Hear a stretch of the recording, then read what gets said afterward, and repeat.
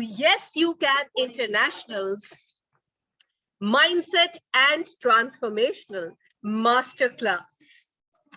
Um, where we get all the power to transform and track our journey of reinventing, reforming, revolutionizing ourselves positively, empowering, enlightening, enriching, energizing. Well, today's theme is mindset for success. And almost every successful person begins with, just a minute, yes. Every successful person, I was saying, begins with two beliefs. And those two beliefs are that the future can be better than the present, and I have the power to make it so. I mean, this is a positive way of looking at it. Hard work, learning from mistakes are the secret formulas of success. I mean, there's no shortcut to success just like that. You've got to be persistent. You've got to have a mindset for success. You've got to have a growth mindset, as all our able excellencies, our mentors, our leaders are going to be talking to us about. And yes, our greatest weakness lies, our greatest weakness lies in giving up. But that is exactly what we should not do. So when we are almost there, and again we fail, we should at least try that one more time. And that one more time is going to be bullseye. So that is what we're all here for. Life is an unending journey of learning, and more learning. And the more you learn, the more you feel that you need to know much more. It's like that. So we have very able excellencies, mentors from all across the globe today who will be, teaching us in today's special masterclass. And of course, we're all here. And we're all here because of a lady who has braved all storms to reach the pinnacles of success that she has done today. It wasn't easy, my friends, but then what I was saying to you, she never gave up. When she was almost there and there was a little setback, she never said that I'm going to retrace my steps. She kept on moving. And that's why, able excellencies, we have Yes You Can International. And she is none other than our able excellency, our professor, Dr. Ambassador Queen Elizabeth Lucas. Now, when I start talking about her, you'll know what all she is. She is an award-winning author and entrepreneur, a BA in business and management, an inspirational speaker, global advisor, youth, women, and relationship coach, a mindset mentor, and she is the African Queen of Inspiration. And she has been recognized for her contributions to humanity and community, and has been awarded certificates of recognition by many honorary doctorates as well in different fields. She has been appointed matron, advisor, president, director, ambassador, chairman of many organizations locally and globally. She has been featured on national press such as Financial Herald, Fox News, ABC News, NBC News, Small Business Trendsetter Magazine, US Magazine, Victorious Life Magazine, Powerhouse Global Magazine, and she has become Secretary of the Year and Author of Greatness in UK, a light beacon bearer to African women. She is also the founder of Elizabeth Creations. Time with Elizabeth Lucas is a radio inspirational show. She's the show host of that. And Yes You Can International.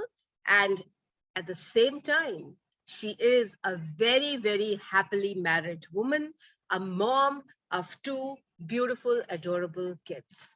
Well, that is our very own, our very dearest, our honorable excellency, Professor, Dr. Ambassador, Queen Elizabeth Lucas. Dearest Queen, we would love to begin the masterclass with your inspirational nuggets. Thank you so And let's much. imagine we're all in that, we're all tuned in to our radio stations, and we have the inspirational queen talking to us. Thank you so much, Dr. Aika. Thank you so much for the introduction. Thank you so much for sharing this masterclass regularly for us. We really appreciate your time because we know that you're a very busy woman. So thank you so much. We appreciate you. What can I say about all my mentors, my leaders, my pastor, my friends, our distinguished guests and distinguished speakers and lecturers and teachers. I just want to say thank you for spending this time. Time is money, time is everything, and I do not take anything for granted. I cherish your time, and I want to say thank you, most especially for Dr. Regunat just coming straight from the hospital to come and address us, to come and teach us and empower us with his wisdom. I want to say thank you. I want to thank everyone that is also still on their way coming. I won't spend much time this morning because I want to stick to the time, and I'm going to hand over to Dr. Iker to call our first speaker. Then later on, I will be sharing our informations. I'll be sharing whatever we need to share to let you know about Y.Y.C.I International. Over to you, Dr. Iker. Thank you so much. And now, the gentleman that I'm going to be talking about is a world record holder. He has created a place for himself as one of the most influential persons of the world, a mentor, a coach, a wonderful speaker, humorous, witty, gritty, a psychologist, ambassador, mentor, chairman of so many organizations, foundations, nationally as well as internationally. He is an international icon. He's a celebrity, an international celebrity. He's the peace ambassador for India.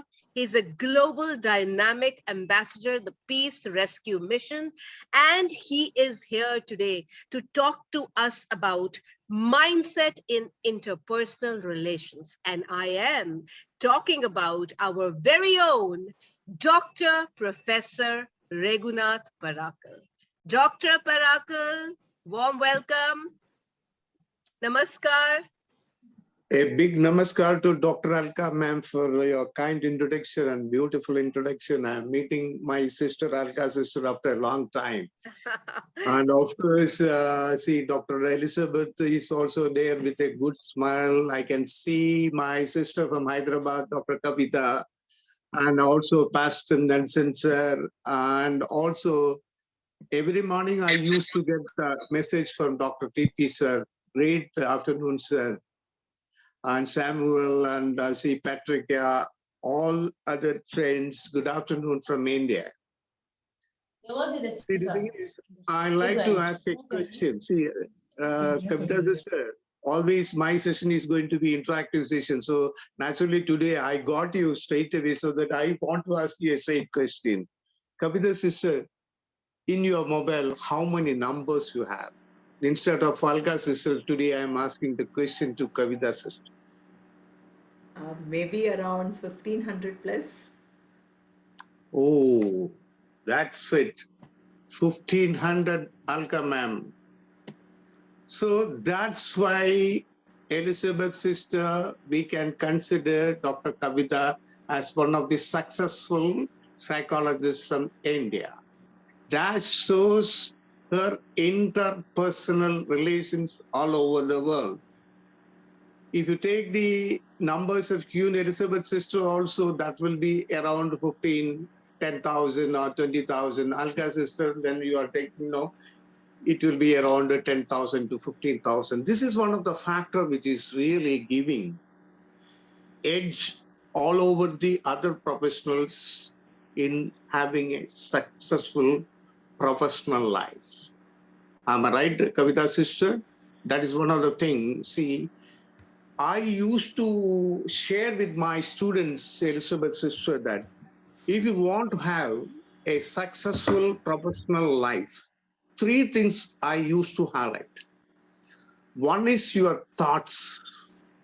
I think as a psychologist, Dr. Kavita will agree, right? One is your thoughts. Second one is, of course, your behavior, how you are behaving with the others. That is also very important. And third thing is nothing but your interpersonal relationships with others. So, Elizabeth sister, I am going to ask you a question. How was again I was called for this seminar? What are the criteria of calling me for this seminar?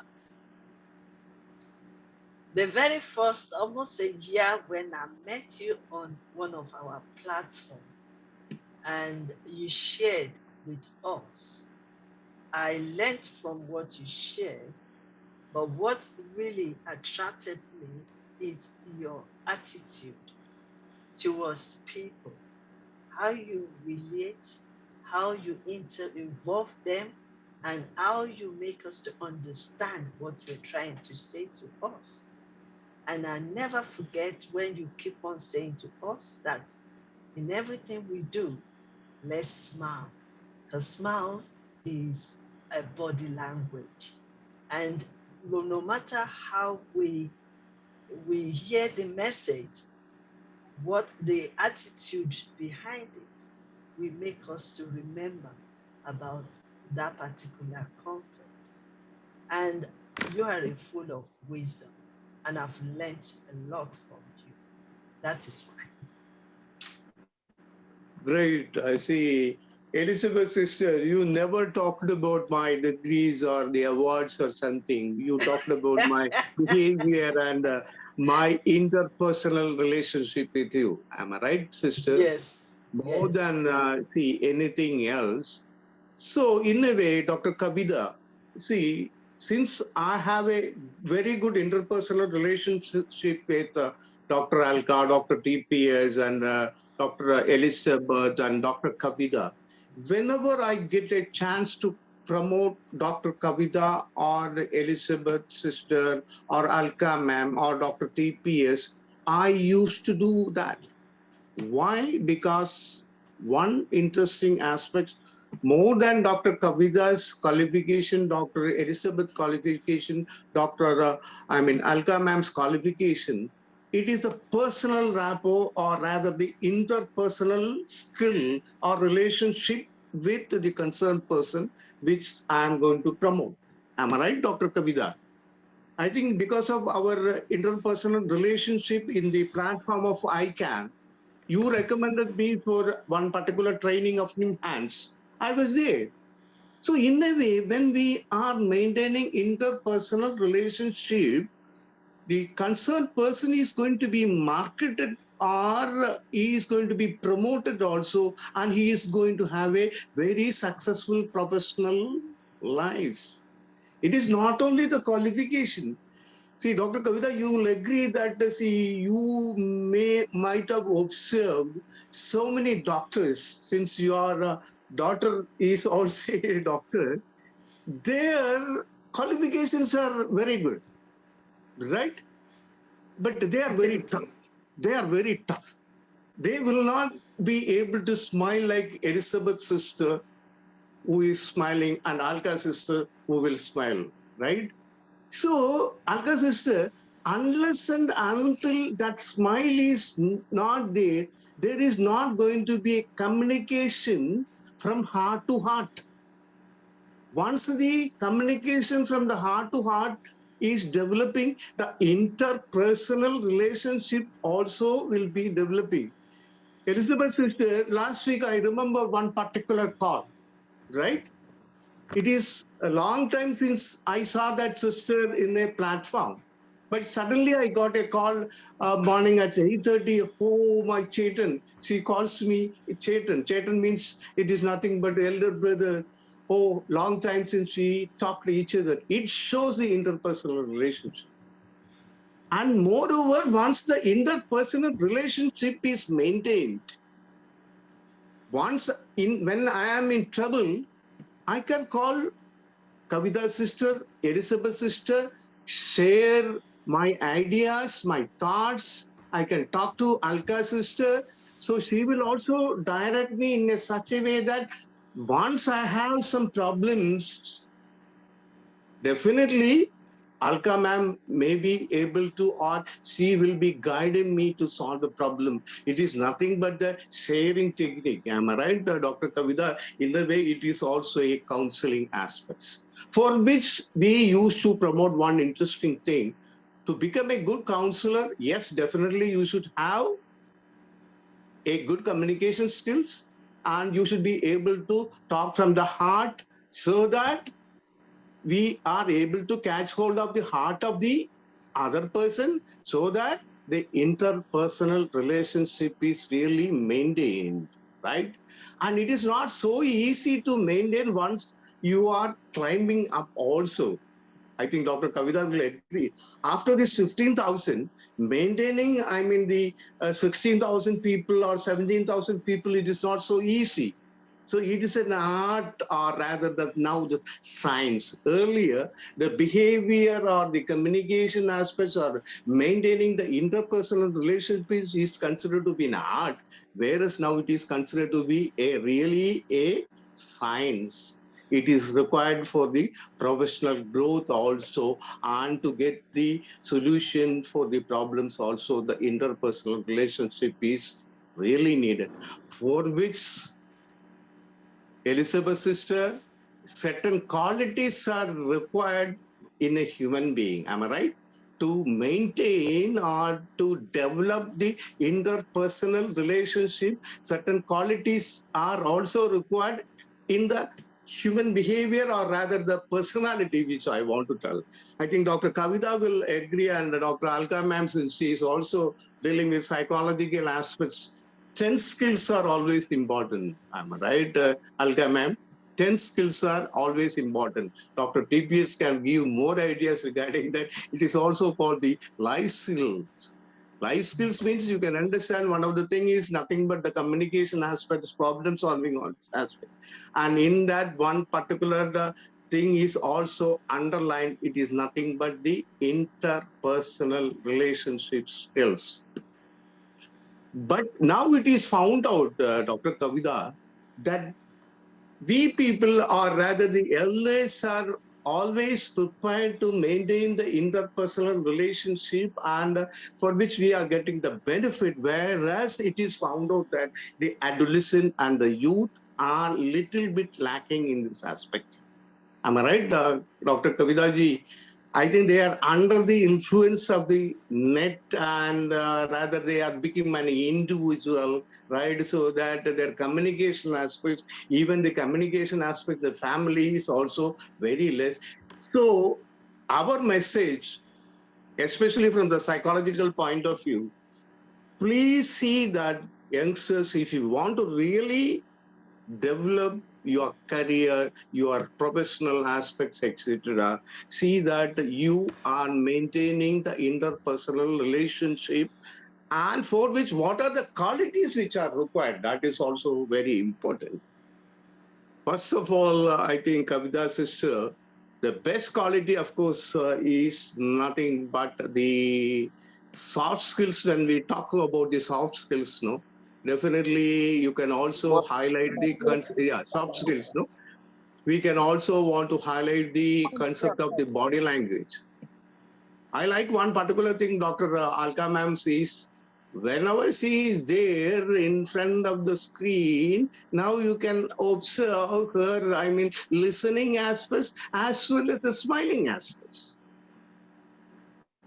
So the body language concept is going to be very important. Am I right?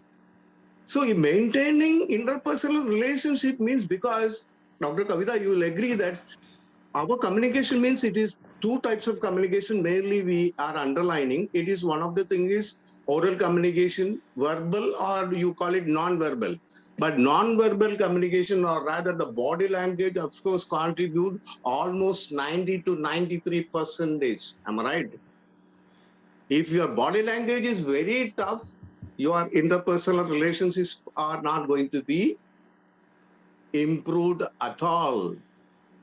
That's why Dr. Alka ma'am is always smiling, so that her interpersonal relationship, or the positive vibration she is transmitting all over the world. So naturally, other people are also attracting it back because it is like a magnet attracting the iron. A positive person always attract the positive things. A negative person always attract back the negative things. So in order to maintain that positive smile, positive body language, first of all, we should compromise certain things. I think I will quote, from one interesting aspect from Buddha, the great saint. I think actually this sort of, the quoting always comes from Kavita sister. Instead of that, today I like to try one quoting from from Buddha. See, the thing is, Elizabeth's sister, one interesting question asked to the great saint Buddha, what you learned by the meditation? What you learned by the meditation? See, actually, the Buddha's answer is very interesting. I didn't learn anything, but I lost so many things. I didn't learn anything, but I lost so many things. Am I right, Kavita sister? This is the message Absolutely. he communicated. It is nothing but the anchor. It is nothing but the ego, ego. All the negative things I really lost from my personality, and I started compromising my ego in such a way that I started opening my eyes. So I developed the concept of ego. What that ego? It is nothing but ears got on, eyes got on. That is a positive ego. But if you have that negative ego, yes, Alka ma'am, what we want to say always, that ears got off will be there. Once the ears got off is there, no, the negative ego is there, there cannot be a interpersonal relation. So that is what I want to communicate. One interesting thing, Elizabeth's sister, compromise that ego, right? Compromise that I, so that you will open the eye. Can I give me some ideas, Elizabeth sister, what I have communicated so the youngsters can really understand? Compromise that eye so that you are opening the eye. Compromise your eye so that you can. Yeah, Elizabeth sister, compromise that eye, right? So that you open your eye. I think you got it. Compromise that I means that ego, Okay. right? Okay. That I, so that you are opening the EYE. You are getting the knowledge, Oh, yes. right? Yes. Yeah, that's it. That Thank is the you. message which we people, rather the great people like Elizabeth sister, Kavita ma'am, Nelson sir, and Dr. TPS and Alka ma'am wanted to communicate to all the youngsters who are really listening this talk. When you compromise your ego, definitely you are going to be promoted. Very interesting concept. When you are compromising that ego, you are going to be promoted. When you have that I, yes, exactly, yes, sir. See, one thing, when you develop that I, anyway, rather motivated Dr. Kavitaji to tell more about that I, since I got 2 or 3 messages. So what I want to say, when you develop the I, always the illness will be there. I think Alka sister, you will agree that the illness start with that I. because you are an expert as far as English language is concerned. That's why I just wanted to give you an interesting answer. Illness always start with that I. Yeah. So Alka sister, please message, or rather you talk to the youngsters how to convert that illness to wellness. Got the point, Alka sister? When you compromise that I and replace with something, instead of the illness, you can convert that into wellness. Wellness. Oh. Yes, got the point. So instead of I, you remove that I and replace that we get the wellness. Wellness is only possible when you are compromising that I and replacing with WE, or rather the team.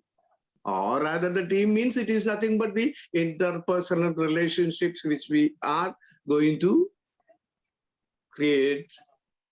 See, all the successful persons, if you take one thing I want to tell you, along with the communication aspects, problem solving skills, Kavita sister, you will, agree, critical thinking, creative thinking, am I right? Such things are a lot of there, no? Along with that, the most important thing I want to tell, it is interpersonal relationship.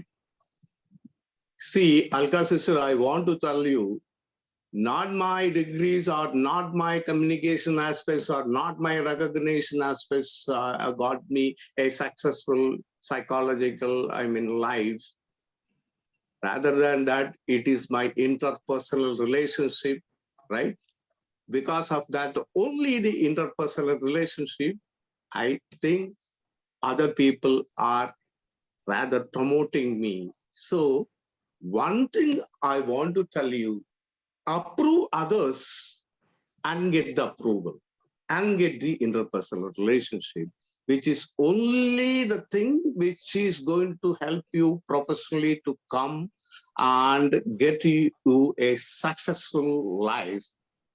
Alka sister, I think I am only allocated, I think 25 to 30 minutes. Am I right, Alka sister? Yes, Yes, absolutely. sir. Okay. So before I conclude, because I used to take a lot of time management classes all over the world. It is observed that whenever see certain people are getting the mic, they are not maintaining the time at all. So that's why I just asked Alka sister, I have got only 25 to 30 minutes of time. In fact, I have prepared so many other aspects also. So successful life means three messages I want to tell you. One is nothing but your thoughts. Second is nothing but your behavior. And third is highly important. It is nothing but your interpersonal relationship. If you want to develop that interpersonal relationship, yes, I told you so many aspects about your mindset. You should not have an ego. You should be a very positive person. You should be able to open your ears. You should be able to open your eyes so that you are opening your mind. So, with that message, I am really thanking Elizabeth sister once again for calling me for such a kind of session. And whenever she's summoning me, I want to use the word summoning me. Kavita sister, I used to be in time also. I used to tell, yes, at one particular time, I'll message her that I will join. Thankful to all of my friends, Elizabeth sister, especially to you, Kavita sister, Pastor Nelson sir, and Alka ma'am. We will meet somewhere else also. And great Dr. TPS sir. I used to get your messages in the morning. I used to respond also.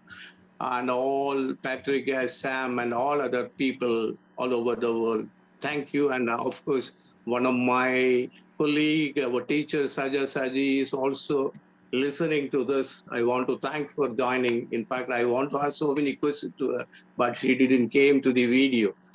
Thank you once again, my dear friends. Jai Hind.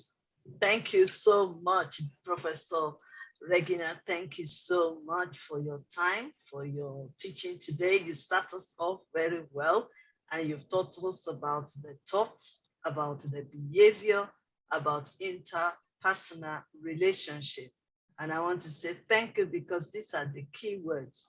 You said something right from the beginning, that people know us not about our degrees, but about our attitude. And I will just add this to it, that people will forget what we say.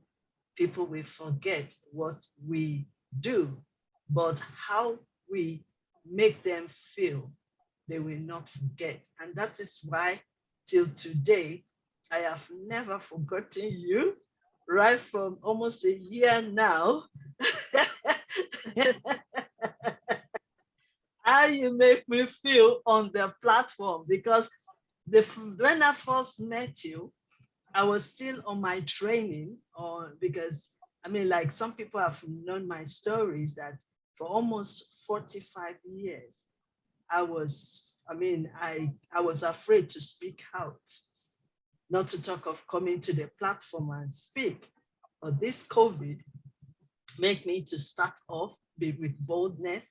And then you were you were one of the mentors that really said it on the platform, that it doesn't matter how you say it.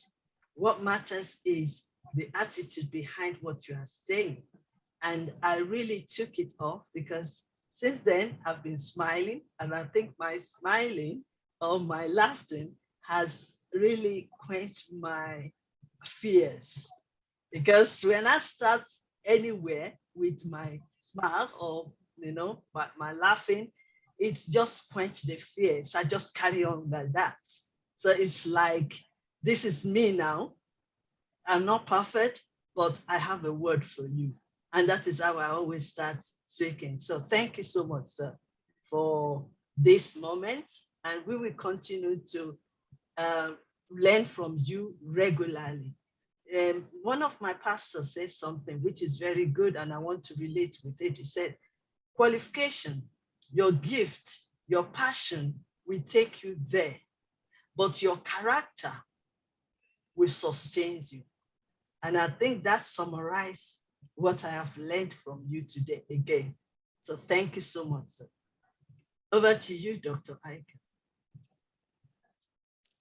First of all, this is for you, Dr. Professor Raghunath Parakal. You know, when you come on the stage, everyone's faces light up. Well, yeah, you know, I have tears in my eyes. I can actually, you see, there are tears in my eyes. And this is because of the way you sort of take the entire conversation. I mean, you talked about interpersonal skills. I think that is why your interpersonal skills with people are so wonderful, because one thing which is very important in maintaining cordial and positive interpersonal skills is communication. Communication is the key. So it could be verbal, it could be non-verbal, it could be just sign language. It could be, by the way, I'm just, shrugging, or just, calling someone out. I think that matters a lot, and one can feel it, as Honorable Queen just now said. It's not about the degrees, it's not about all those other things. The most important thing is how you make people feel. I think it was Dr. Maya and Angelou who said these beautiful lines. People may forget what you do or what you've done or something, but the most important thing is they will always remember how you made them feel. And you, Dr. Professor Raghunath, made us feel ecstatic on this platform. So once again, thank you so much. And more power to you, and keep spreading this kind of love, laughter, cheer all over the globe, because you are an international icon. Bravo. Well, after that power-packed, very humorous, very enlightening talk by our very own Dr. Professor Raghunath, now we have a person. You give me the permission, Dr. Ike, to quickly appreciate all the dignity that are on our platform.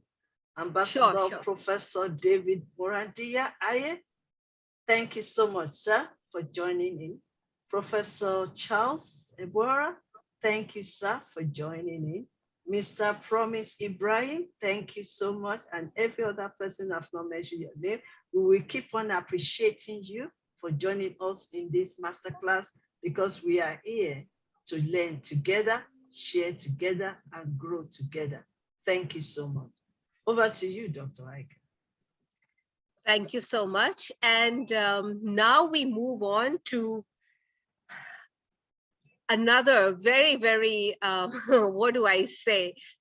Something, whatever he speaks, it comes straight from the heart. No mincing of words, calling a spade, honest, to the point, succinct, and hitting whatever the problem is. He has a solution for it, and he gives it to us very effortlessly. I think that is his charisma. So I'm talking about our very own Dr. T.P. Sasikumar, all the way from India. He is a life mentor, a space scientist, an educationalist, a spiritual director, a motivational speaker, and an author of Life of Love, Rhythm of Life, Life Made Simple. And I mean, what else do I say? Once he starts speaking, he makes you see that, there is so much more there is to learn from life. That is a kind of knowledge, Gyanam. I think his foundation is also known as Gyanam. And I think Gyan in India, Gyan in Hindi means knowledge. And that is exactly what he's trying to do. So a big welcome to you, Dr. TPS, and namaskaram. Namaskaram, and thank you, both sisters, Alka, for the kindness of introducing like this. And as always, my sister Elizabeth from UK, who is the reason for all this.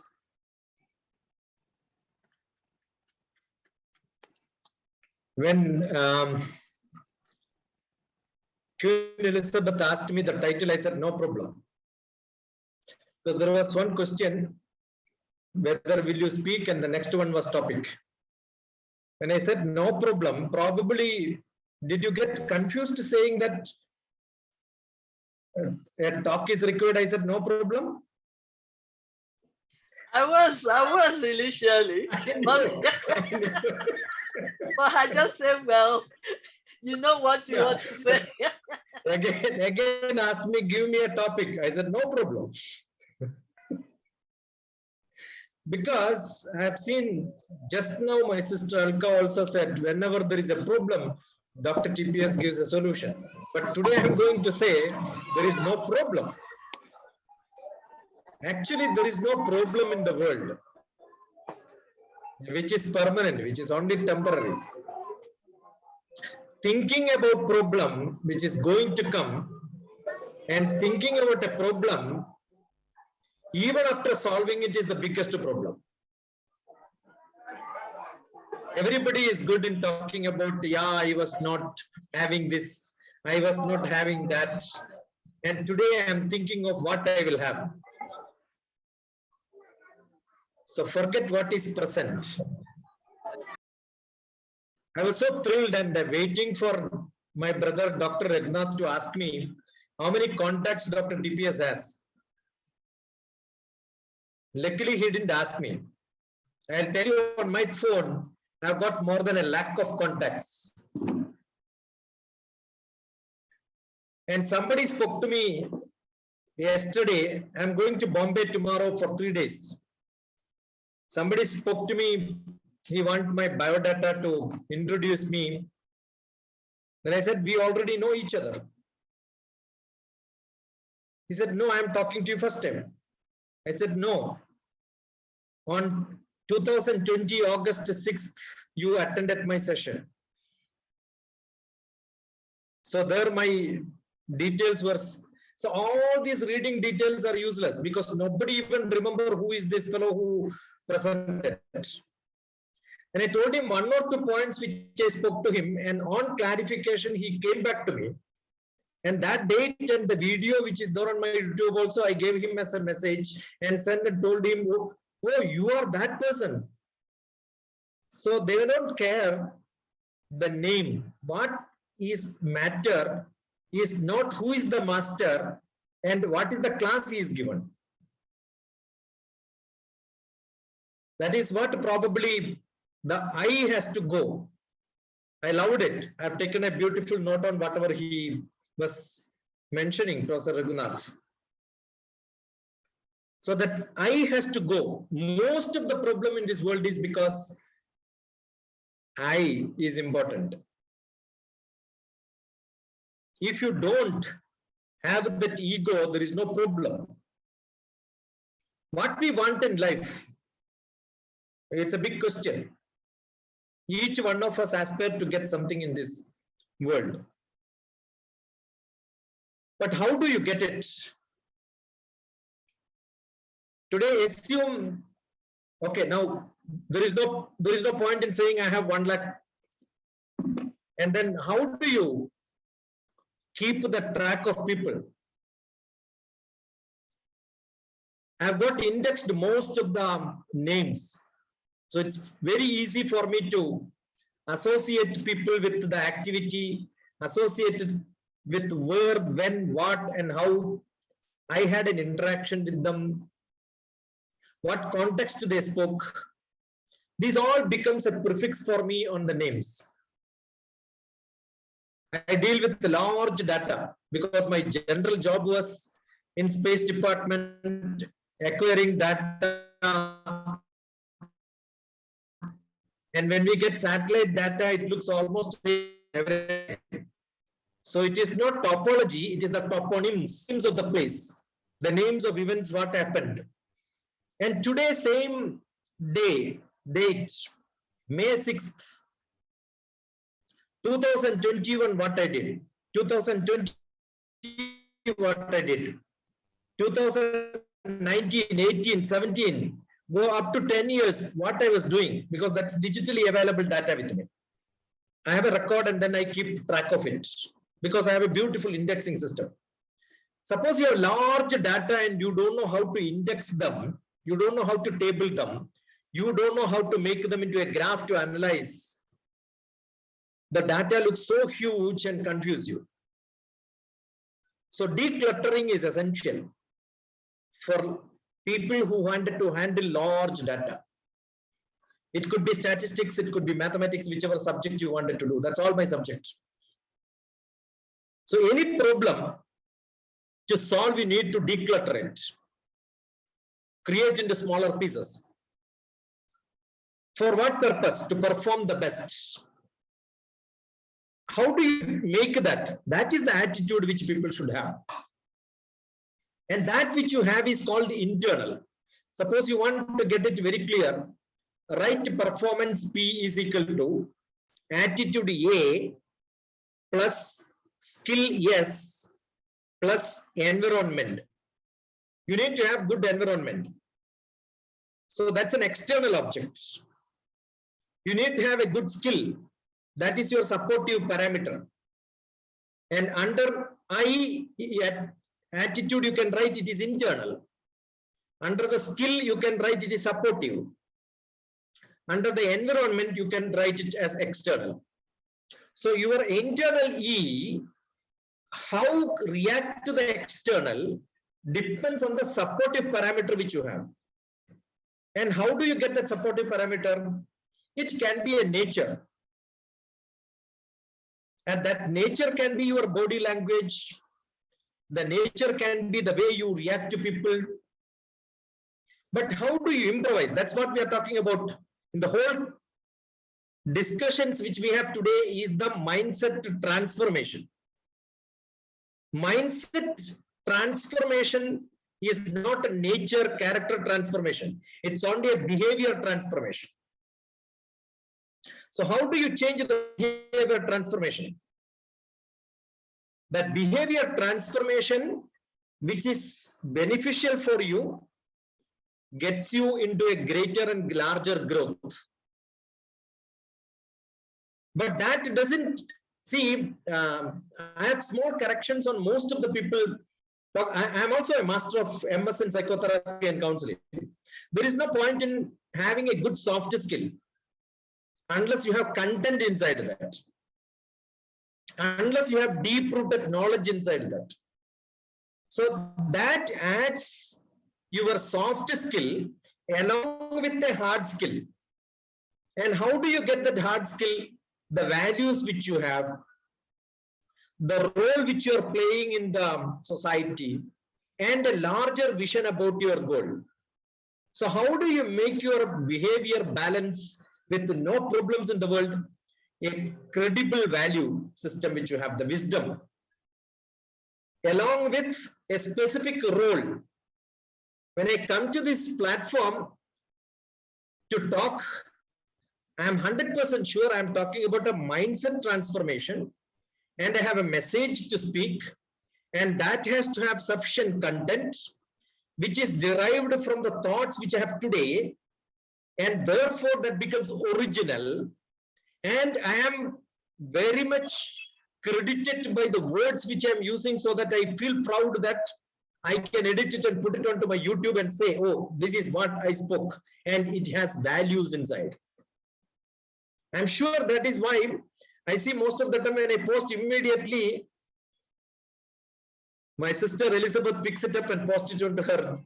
No, I'm following, and I say, thank you for this opportunity, because the platform gives me a platform wherein that's a supportive system, and that supportive system gives me a process of thinking, and that internal which I have, which I'm giving it to outside, is what is the role which I'm playing, and I have a very specific goal. And the role, goal, and the values go into deep. How do you get it? You cannot get it just like that by polishing. Every stone cannot be polished. It can be polished to some extent, to an extent in which environment you have to polish also to be known. What tool is to be used for polishing? As you have a big stone, to break it, you must have the skill of breaking. It is not hard work, it is smart work. You have to be in the real hands of the artisan so that it gets the shape. Therefore, I am going to be little deeper. I think there is no point in talking superficial, because we are in the master class. I love to call this not as a master class, it's a mastery class.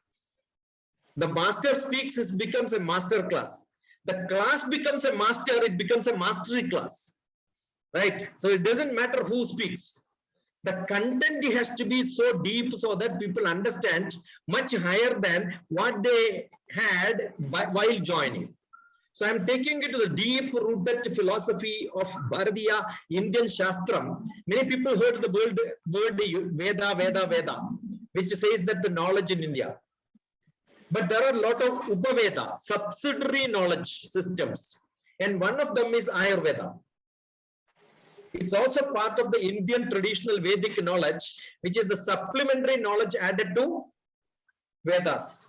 And that describes people, including Bhagavad Gita. You can listen to Rajasic, Sattvic, Tamasic, the basic character of people, the nature, values, the internal and the attitude, which I'm saying, it is deep rooted in your every cell, every DNA.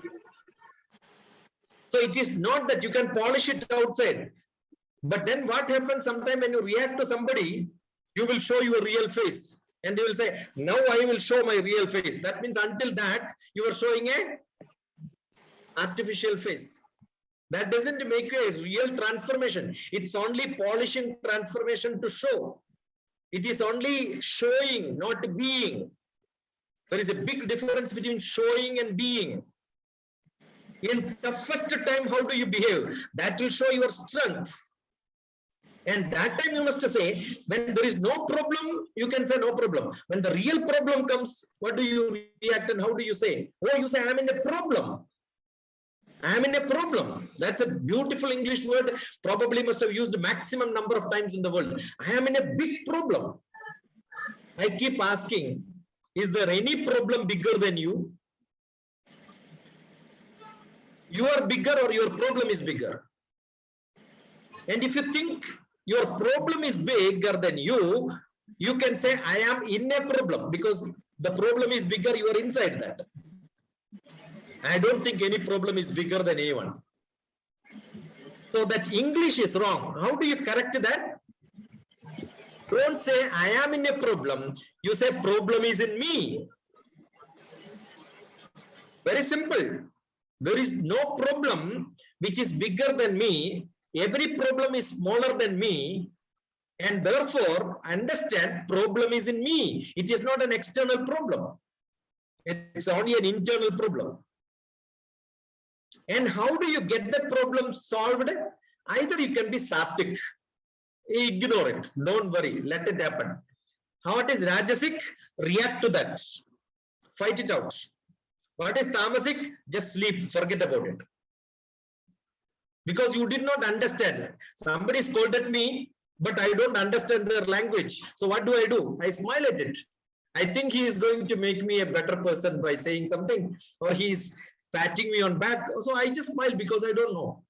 So how do you react to this? Ayurveda talks about it as Vata, Pitta, Kapha. There is only 3 diseases in the world.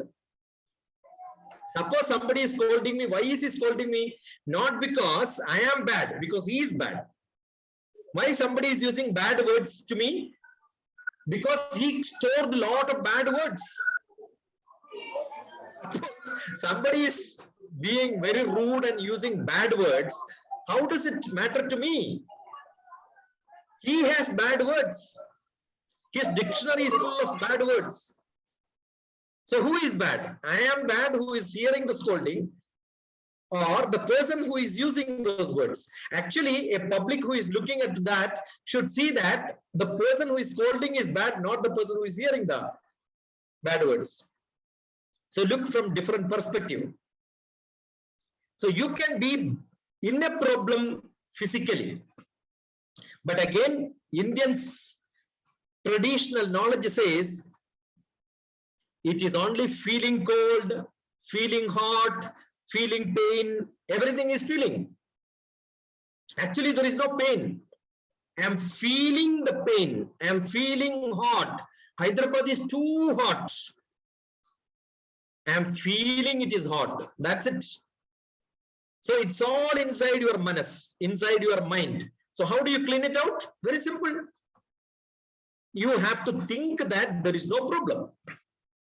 I remember long back, 10 years back, I wrote an article in Delhi when I was saying people say too cold. I say feeling cold is only a feeling. Actually, there is nothing absolute which is called cold or hot. It is only relative. In India, when the temperature goes below 13 degree, 14 degree, people keep saying, oh, so cold, no? But then I must ask them to go to London and then feel the cold. And then they will say, oh, India is too hot. Correct? If somebody is feeling 30 degree in Hyderabad is too hot, you must send them to Rajasthan, desert. Then you will understand, oh, Hyderabad is very chill. And I keep saying the way people are greeting, when Dr. Elizabeth addressed me as sir, I said, I don't like it. I said it's not a problem because her background, nature, the style is entirely different. But when Kavita said immediately, I said, don't use it. But we don't know how to greet people. How are you? I'll say, yeah, cool. Yeah, in a summer, if somebody says, I am cool, that is wonderful, right? But in a winter, if somebody says, I am cool, that means there is some problem in you. So the cool is not the problem. And then somebody greeted me yesterday and said, warm welcome in a program. I said, it is too hot here. Again, you are making me to be a warm welcome. I want a chill welcome, I said. See, you don't even realize the word what you are using because we don't add value to that. It is a system which created warm welcome, be cool, such words.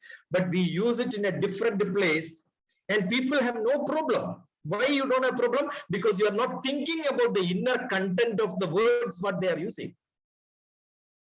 So if you don't understand the language, intellectually you are not higher, some of the problems will be solved. Intellectually you be little higher, then the problem comes. That's why today most of the people react to situations because they are thinking. If somebody is not thinking, they don't react. For them, there is no problem. So who has problems? People who think a lot has problems. The society is not understood. Whatever happens in some other part of the world, I don't care because I am not thinking about them. So biggest problem is thinking. So how do you get rid of problems? Instead of thinking on problems, convert them into thinking of solutions. It is thinking what creates problem, but convert the thinking from the problem end to the solution end. Then it becomes so innovative, creative. You have your own words to talk about the things. So that means you should have a societal role, you should have a spiritual role, and your all indriyas should work perfectly well. Your eye, ear, nose, tongue, skin, everything should get reacted to situations. It connected to the way in which I am produced, the way in which everyone is produced, the whole world is produced out of the earth, water, fire, air, ether. We call it as Panchabhutas, 5 elements, which are responsible for creating the whole world, the whole globe. And all the solutions with these 5 elements can be found out. That is why in Ayurveda, the Vata, Pitta, Kapha, 3 doshas or 3 elements which are responsible for diseases. Understand, every problem which we have physically or emotionally or mentally, socially is called disease. Disease, not in ease. Very simple, not in ease. How do you create ease? Solve the problem. How do you solve the problem? Understand the cause for the problem is 5 elements. How do you balance these 5 elements? Suppose, for example, Vata. You can write in case if you want to learn this. Vata is that numbness in you which don't react to situations. That is attributed by the elements of air and space. Such people are not grounded. They don't drink water. They have a lot of problems. And Pitta is you have energy, but you don't do it. That is contributed by the water and the fire. Even if they drink water, immediately the stomach burns and it becomes fire. Because it's burning, always burning. Fire is more predominant there. The other one is Kapha. What happens to Kapha? You are on the earth and the water. Therefore, you will have a lot of respiratory problems.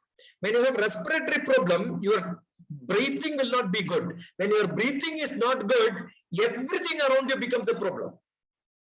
Imagine if somebody is holding your nose and mouth and they don't allow you to breathe, what will happen? Every small issue becomes a problem for you. Suppose you are sitting somewhere and somebody asks you what is the time. So I cannot tell you time. Understand, it is not his problem. He is a person with the kapha problem. He has got some breathing problem. Suppose somebody has a breathing problem, you ask something, will you be able to answer it? He will not be able to answer. So every problem is the nature created problems. So you need to have a good environment. You need to have a good attitude. And you need to improve your supportive system, which is called a skill. The skill is to face the problems or create solutions for the problems or dissolve the problems, clutter the problems into smaller ones, cluster it out and then say segregate them and find the root cause and then give the solution.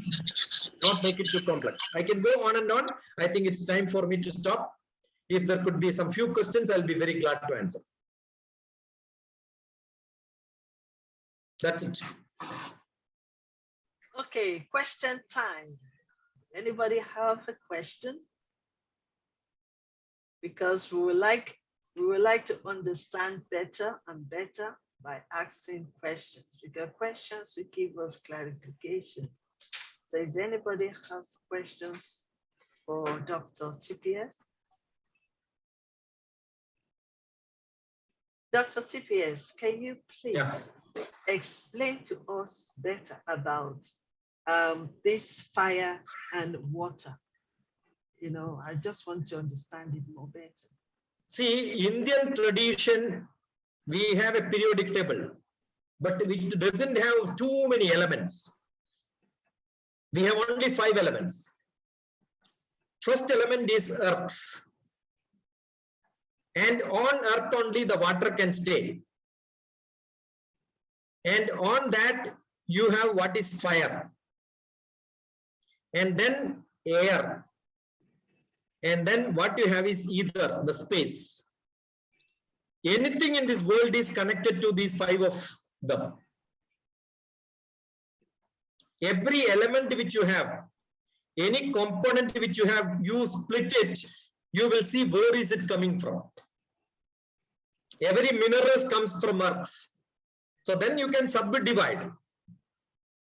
In periodic table also you have gaseous forms, different components. Very good, that is part of air. Right? Fire is light. There are different components of fire. Just before this program, I had another program. I was talking to a student who is talking about an environment problem solutions. Immediately they said, LED gives a beautiful solution for most of the energy problems. Everybody agrees today, every light is being replaced by LED. And there was a physics teacher who was talking, yeah, that's wonderful. I said, you did not understand. What is the wavelength in which the LED is produced? It is not the visible region from 0.4 to 0.7. It is from 0.2 to 0.9, which is actually hazardous to your eyes. It looks bright. I don't know, I am sure anybody who goes to a textile shop will agree. With a huge number of LED lights that dress you when you select inside the room, it will become fantastic. But once you get into the sunlight, you will say, oh, this is the one which I selected. It was looking different there. That is just because the light makes your eye not to work properly. Suppose somebody is exposed to that for a longer time, you will have a lot of troubles for your eyes, because eye is only to get light from 0.4 to 0.7 in the visible region. Got it? So if you don't mix them into the right proper direction, the fire will create a problem for your eyes. The air will create problem for your eyes. So every indriya inside my body reacts in a style because my environment adds. What is environment? Environment is Panchabhuta. The other day I went to a farm. There was a big trouble for some tree plantations. I told these are all the things which you have to do. Every living being, every non-living being, every atmosphere, every energy need to be in harmony. The biggest problem in this world is that we are not in harmony with nature. That is the biggest problem. Most of the diseases, psychosomatic diseases, are called undefined diseases. That comes from the energy source outside. I remember in 2002, almost May, June time only, I wrote series of articles when I was doing my psychology study along with the Vastu solutions, the geobiology. You can look at any one of you like to have it, learn from geobiology. My book is there, which is called Seedling, Spiritual and Esoteric Energy, Dowsing and Healing. That's where I started studying the psychology, related that to the environment, and see how it influences every animal and human being around your life. So Panchabhuta is most important. That influences your physical, emotional, intellectual, social, spiritual well-being.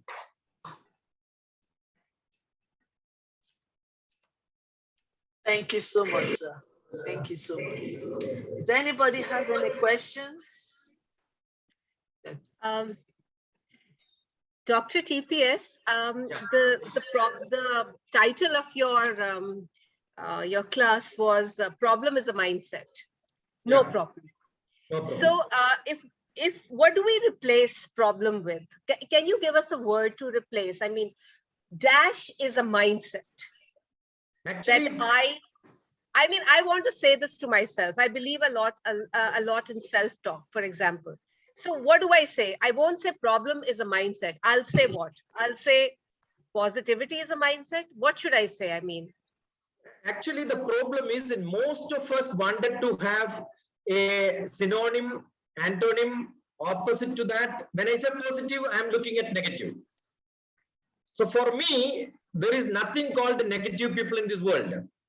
There is no negative animal because you in this only world. view them, because you view everything with positivity, which is wonderful. Everything is positive. See, for Yes, example, that's wonderful. there is a beautiful example in Mahabharata war. Yeah. During Mahabharata, the teacher asks all the students, Get me the worst fellow and the best fellow in the world. One assignment was given. Get me the list of worst people and the best people in the world. List their names and then come to me tomorrow morning. The teacher gives assignments. You know, Duryodhana had no problem. Immediately he listed the large number of people. Everyone he knows around his world. Everybody is bad. And in the other list of good fellows, he had only one name, and that is Duryodhana. Because the worst fellow thinks everybody is bad in the world. Got it? And the other way, Dharmaputra came with one name in the worst list. And he said, I am the worst fellow. Actually, he is the best of the best in the world. He finds one small wrong thing in him. That he is coming. Assume that you have got a glass of water which is most purest water. You have a small drop of some small thing is good enough. You will say that is not good because it has got some dirt inside. The whole Bartan is bad and the water is also bad. How do you find out something good in that? So this man comes back and says, everyone in the world is good except one me. I couldn't make my brothers as good as me. That's my badness. See, when I am good, I must always think that I am not able to give that same fragrance to somebody else. So we don't see, the problem is the biggest bad word in this world. The world, yeah. There is no problem at all. That is why I said no problem. I am not saying no, there is no word called no problem. Why do we want the word problem itself? Purne manasi sampurnam jagat sarvam sudhadravaihi. I think the whole world is in problem because it's my problem.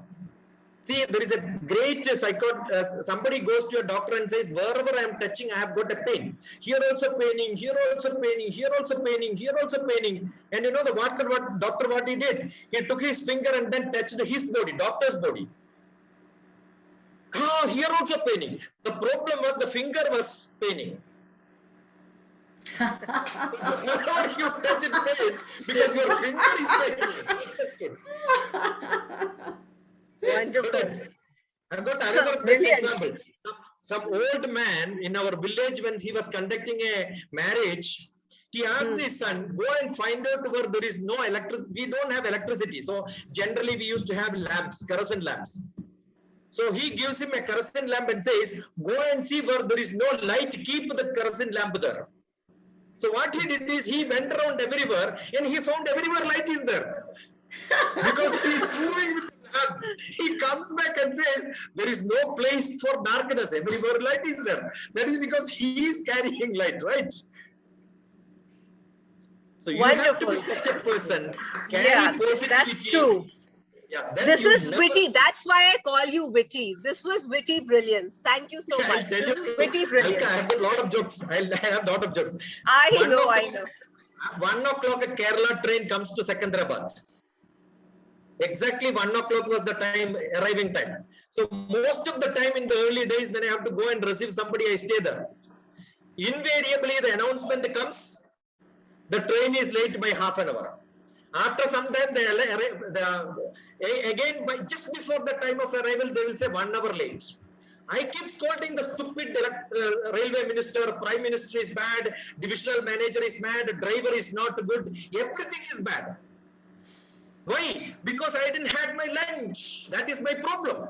Who asked you to not to have lunch and stay there?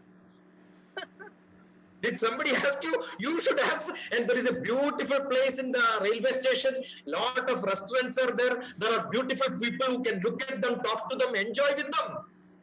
Instead of that, you are scolding all the fellows who was not anyway not going to respond to you. Are you not increasing your blood pressure? And which doesn't serve any purposes. So can't you say that there is no problem? Let the train come its own time. Let me enjoy until then. So what do? I'll tell you, I always keep a set of papers here. And all these papers are Sanskrit slokas. That's how I am putting my knowledge. So I write from the textbook, make a lot of slokas available, and then whenever I get free of time, assume that you have a webinar in which I wanted to spend my time. I will read this and learn. That's what I'm doing. So even if the webinar is delayed, I have no problem. Is there Wonderful. a problem in the world? Is there a problem So in the again, world now? so it becomes your personal, the way you personally see it and view it, Yeah. your Yeah. attitude towards the thing. Yes. Wonderful, wonderful, brilliant. It was brilliant. Let, Terrific. yes, I just want to add, I mean, I just want to appreciate what Dr. TPS is saying. And I think the same things we need to apply to our relationship with others. Because human beings, naturally, we see the faults of others. We see their weakness, and we want to focus and treat them and, treat them because of their, according to their weakness or their fault or their mistakes. We never see their good part of it. I mean, for example, in my marriage, I mean, it took a long while for me to understand that if I focus on the fault of my husband, we won't get to where we are today. Because we will always be saying, you are not good, you are not good on this, you are not good on this. But when I now started changing things around, for me personally, it works. Not that we are perfect, no one is perfect, but then we have that grace to see beyond the person, to see the positive side of that person. And I think what you just taught us today is also very good, because it applies to everything in our lives, either relationship or business or leadership. And I think that is what makes all this violence, this abuse, this war, because we see the vulnerability, the negative of people, the weakness of people, instead of us saying that, who cares if you're weak in one side? I still love you. Let's get on. And I've also noticed that our positivity can wipe away the negativity. And I also noticed that when you are positive in thinking and the way you react with people, or you see, you perceive people, you will see that you love them more and you will be able to add more value to them. So I think this principle is also Well very said. good in relationship. Thank you so much, sir. It's very, very good. Accept people as they are. Exactly. Yeah, that's the secret. As they are. Wonderfully said.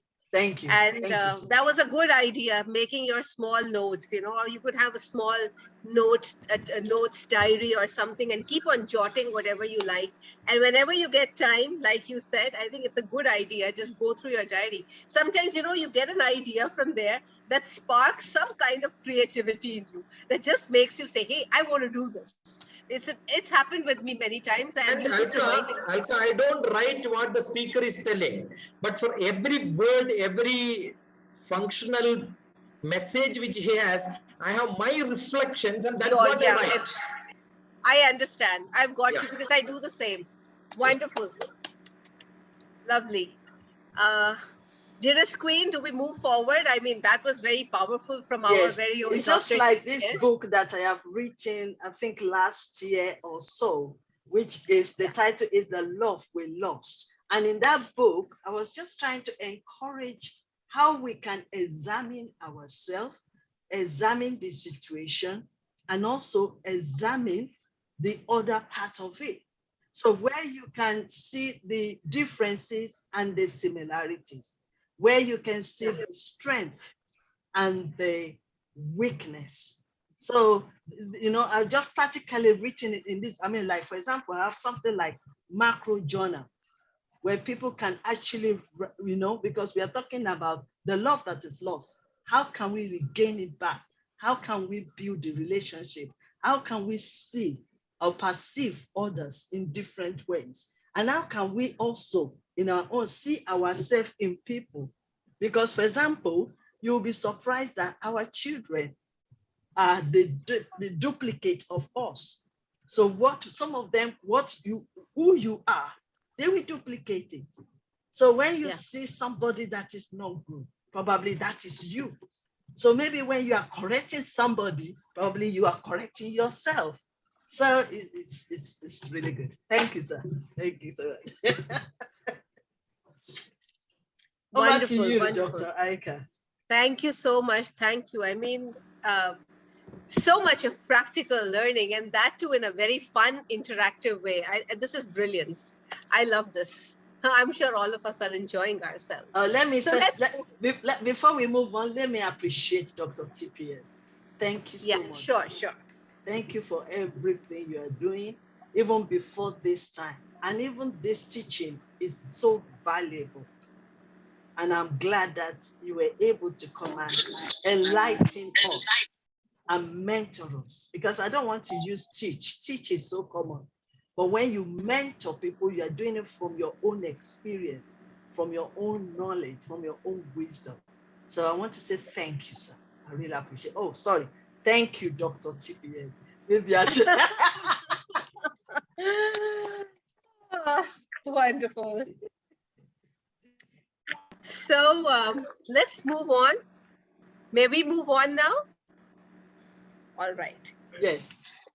Yes. So now I am going to be introducing on this virtual stage, Yes You Can International's Masterclass Mindset Transformation, a happiness woman, a woman who's happy, happy and happy. I love this word, you know.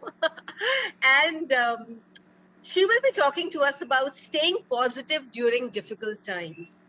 An inspirational speaker, a psychologist, a psychotherapist, a psychometric test professional, a teacher trainer, a social activist, a gatekeeper trainer for suicide prevention, and lots more. I mean, the list is endless, but I would like to focus on the word happiness. She's a happy woman, and she's going to come over here on the virtual platform to spread the fragrance of happiness and just add to the already euphoric feelings that all of us are experiencing at the moment. So I invite Dr. G.C. Kavita. It's over to you, the happiness woman. And there you go, spreading your smiles, spreading happiness, spreading joy, spreading ecstasy. Thank you so much, Dr. Alka, and I'm really honored to be here, Dr. Queen Elizabeth. And I think this is my uh, third interaction with ICCI, if I'm right. I would say that. Yeah, so this is amazing, and then it's such a pleasure to hear to Dr. TPS. I can now comfortably call him sir, because I heard his last statement that you need to accept people the way they are. And so I take it as granted. And so, Dr. TPS, sir, I call you as sir with all the right, because I think you need to accept me the way I am. So thank you so much. So, I think I would like to continue my talk from it's extending my talk from Dr. TPS. In fact, there were few things that I was just trying to really wonder, trying to understand. The last question asked by Dr. Alka, like, what do you really call, if not it be called as a problem? What is the other substitute word for that? What is the other substitute thing for that? And any substitute is the question, like, Alka was actually putting it across to Dr. TPS. In fact, this is a very common thing. I usually take it across to my talks. Whenever I talk, I always say that there is never a problem in the life. There is always a situation. There is always a situation. It could be, when I title it as a situation, so it can either have a positive connotation to it, or a negative connotation to it. I mean, so we are not really bothered about the positive connotations, because it's not really going to harm us. It's in fact going to give us a better sense of worth, and a better sense of well-being, and a better sense of sense of worth, and a better sense of self-esteem, and a better sense of the purpose of why we are on this planet. So probably today I'm going to talk about a situation which is usually connected to a negative connotation, which can be called a problem, which can be called a bad destiny, which can be called a fate, which can be called my life is bad, or which can be called that, I'm really not able to move on. I just stopped there myself. I think I'm going to talk about that situation wherein the well-being is lost. We are not thinking so much about it. We are always worried about, and we have feelings associated in us which constitutes lot of negative emotions. So today's my talk is all about that. So I think I'd like to start with a narration. Probably I wake up in the morning and I'm so glad I get into the balcony, get the fresh air, and then I hear the birds chirping, and I happen to see my flowers blooming in the pots, and I get an aroma of a good coffee brewing up in my kitchen. I go and get the coffee. I make a wonderful breakfast. My kid comes and hugs me up. My husband says yes, and all good, happy moods. I take my car. I go to my office, and all going on good, all going on good till around 3:30 in the evening. At around 3:30, my boss calls me up. He sees my work. Probably the one which he was expecting me to do has not been done in the way he wanted me to do. And he says, I'm sorry, and this is not the way I expect. I come back home. My husband asks me, how was your day? I say my day was bad. I say my day was bad. I really fail to forget, to not to remember all the good things, all the positive things that has been happening to me since the time I woke up. I only remember what my boss has told me. What my boss has told me. I say my day was bad. So I go to the kitchen with the same negative feeling. I go to the kitchen thinking that why did this happen to me? I go to the kitchen and I'm not able to cook well, I'm not able to focus, I'm not able to have a giggle, a smile with my family. I go to bed, and next day I wake up with that little that feeling, that bad feeling, like what I had slept. This usually happens with most of us. Most of us. Despite all the beautiful things happening to us, one thing, one bad event in the life puts us into such situation wherein we start thinking that why is my life like this? And if things like this continue probably for 2 days, 3 days, 4 days, a month or so, we tend to say, how are you doing? If somebody asks us, we mindlessly say, I'm fine, wherein we are not really fine. I'm sure that most of you would agree. When somebody is asking you, how are you? We mindlessly say, I'm good, but I'm really not good. I just respond because it is a protocol. It is a protocol. I'm hardwired to say I'm good despite I'm not being good. So today we are going to understand what are the various causes that we are hardwired like this. What are the various reasons that we are hardwired like this, taking up the psychological perspectives completely. Psychological perspectives completely. I always use this example. I always use this example with many people. The pain what a child undergoes when she breaks a toy is the same as what a king undergoes when he loses his kingdom.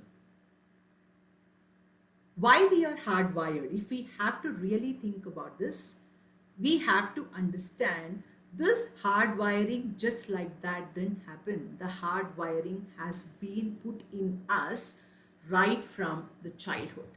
The hardwiring has been put in us right from the childhood.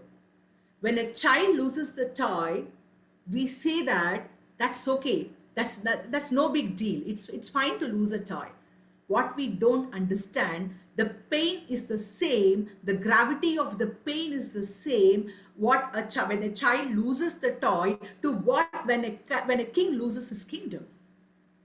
And so we groom a child. We groom a child with that note that it is okay to lose something. The child does not really build, we don't really help the child in building that emotional resilience. Emotional resilience. We don't really help the child in building that emotional resilience. This is where the root cause of the problem comes, that why we find it so difficult to really put ourselves when there is a situation, when there is a negative situation, why we can't really put up ourselves, and why do we really face it as a problem, so coming to this today, I thought that I'm going to talk about the how are we going to build the emotional resilience, because most of us, when somebody says there is a problem, we say there is no problem, but that is not the case. It is genuine, because I when I take up the cases with children, like who try to take their lives by committing, I should not be using the word committing, which is a wrong word, by taking the lives through suicide. When the client comes to me, I cannot say you don't have a problem, because the problem is genuine. The feeling is genuine. What I'm undergoing right now is authentic. I can't say you don't have a problem. I can't say your feeling is wrong. The feelings are right. The feelings are authentic. So the first mistake what we do as adults all over the globe is we don't validate the feelings of people. We don't authenticate the feelings of people. We say that the feelings are nothing. Overlook the feelings.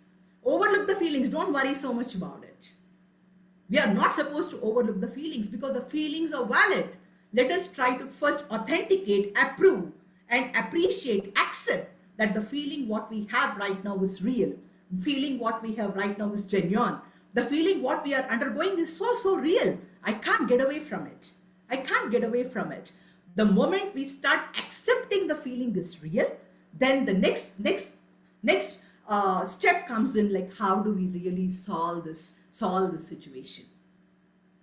Let me tell you very honestly, most of the cases what I have seen most of the reasons for taking away their lives, most of the reasons people fail in their lives, because most of the times they are only denying what is happening to them in their lives. They don't accept what is happening to them in their lives.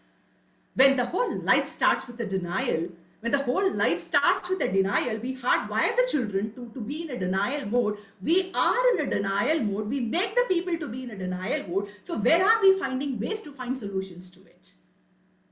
And most of the time in life is wasted on being in the denial mode.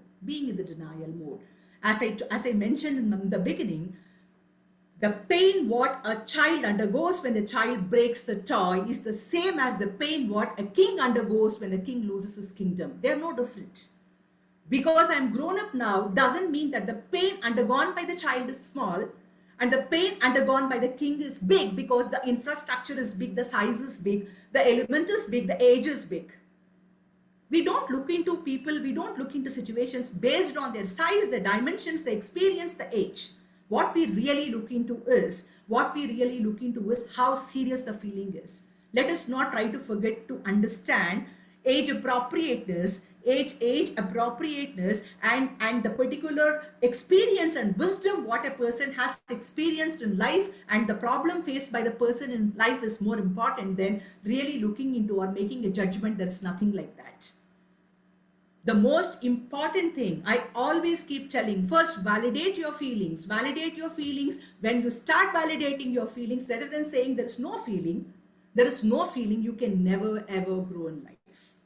You can never ever build the emotional resilience. The emotional resilience is only built. The first step in building the emotional resilience is first accept the fact. Accept the fact that yes, I have a problem, I have a bad feeling, I have something. The moment you start accepting, then your next step would be that you would be moving on to really see what you can do about it. As long as I see that there is no problem, there is no issues, there is no feelings, there is nothing wrong with me, I don't ever make an attempt to find a solution to the existing situation.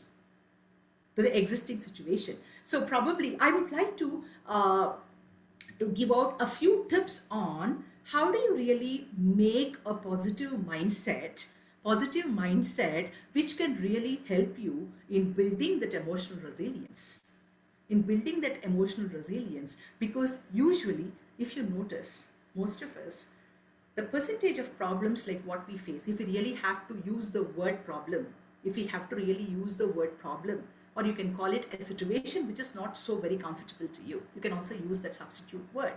If you really notice, on the waking up hours time, what you really lead, the time what you spend, the real problem what you really see is hardly 10%.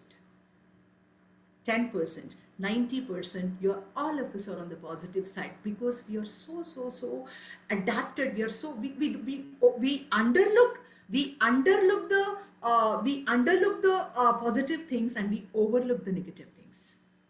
We overlook the negative things. 10% of the problem is looked upon like a 90% problem, and 90% of the happiness is looked down upon with 10%. 10%. Because let me also give you a psychological perspective why we do that. If a life, the very purpose, the first objective of life is to survive. The first objective of any life, it could be plant, it could be animal, it could be anything. The first objective of any life is to survive. If I think everything is positive, if I think life is beautiful, if I think life is wow, if I don't really think about it, can I really move on? Can I really protect myself? We have been hardwired since the beginning of the first life on the earth to forethink such that we can protect ourselves, because the basic purpose of anything that lives on this earth is to survive. So, and unfortunately, this thought process that has started when the early man went for hunting into the deep forest where there were possibilities of natural disasters, animal attacks, a threat to life in any other form, has now come to the situation of the same stress what the brain thinks or what the brain undergoes even if you are not able to pay a bill on time. It is the same feeling of the threat to life, even if we are not able to, let us say I'm not able to join this particular masterclass on time. I experience the same feeling of my life threat as what an early man was facing earlier back, because that is the way we survive. And as I mentioned, because we don't really validate the feelings of people, we don't really validate the feelings of children. If a child is breaking her toy or his toy, what we say is, I'll get you another toy. What we say is, that is okay, it's a small thing. We don't really say anything beyond that. But what we don't do that, okay, you have lost something, I understand you're feeling bad, I understand it is paining you, that is okay. This emotional spectrum is a part and parcel of life. If not this, we can do something else. So toys are not meant to be forever. So tomorrow you might get a new toy that can give you a feeling of happiness. This broken toy has given you a feeling of sadness. So nothing is permanent. Nothing is permanent. It is an emotional spectrum that we keep traveling on and on and on and on and on. That is an emotional spectrum that we are into all the time. We really don't teach this. We don't really bring the children up like this. We only teach them to deny. The child is breaking the toy and we don't really, that is okay. It's not really okay. When something is not really okay, why do we say it is okay? And something is not okay. And that is not the way we build their emotional resilience. So the most important 5 things that I would like to talk today, the strategies I would like to give today. First, start appreciating the positive things that are happening to you in the wake up time. And please let me make a small correction here. When I say positive things, we only look about success, we only look about achievements, we only look about a performance, we look about a promotion, we look about a status, improving our status, we look about increasing our relationship, we look about all gathering the best in life. This is another hardwired thing that is in the brain, wherein we think that when we say happiness is associated only with an outcome. Happiness is associated with an outcome. Let us not fail to forget the moment we wake up in the morning, when we see that we are alive and breathing and kicking alive. That is the most important thing to feel grateful about. During COVID wave 2, I know many cases where the families could not see their family members the very next day. There are many cases like that, praying God, praying that next to my family member, should he is in ICU or she is in ICU, I really wish that she comes back home and I'm going to take care of the person. Staying alive, that itself, you're breathing, that itself could be one big reason that when you are breathing, you have ample opportunities to do something in life. Ample opportunities to do something in life. When you are not breathing, what do? You just can't do anything. You can't do anything. So with the very aspect that you're breathing, that itself is a big thing to be very, very grateful about. Very, very grateful about. Start listing down things for which start counting your blessings. And as I said, don't tag your blessings to achievements, don't tag your blessings to your performance, don't tag your blessings to the best of what you see in your life. Tag your blessings to you're alive, you're able to eat a square meal, you're able to drink, you're able to cook your favorite food, you're able to eat your favorite food, you're having a partner who might have pluses and minuses, but still you have a partner. You have somebody to rely on if there is an issue. You have kids who can take care of you when you grow old. How much they take care, it doesn't bother. But there are many who do not have kids. You can't even ask them. At least there is little emotional element wherein you can say that there is somebody to take care of me when I grow old, or there is somebody to at least cremate me when I die. I'm not left like an orphan. I'm not left like an orphan. I think this is count your blessings. That is the first thing. That is the way you create a positive mindset. A positive mindset. And second, never ever call a problem a problem. A problem is always a situation. A situation.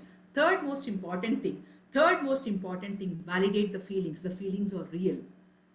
By overlooking at the feelings and overriding them, you are not really solving the problem. You're only in the denial mode. By being in the denial mode, you will never take steps to solve the problem.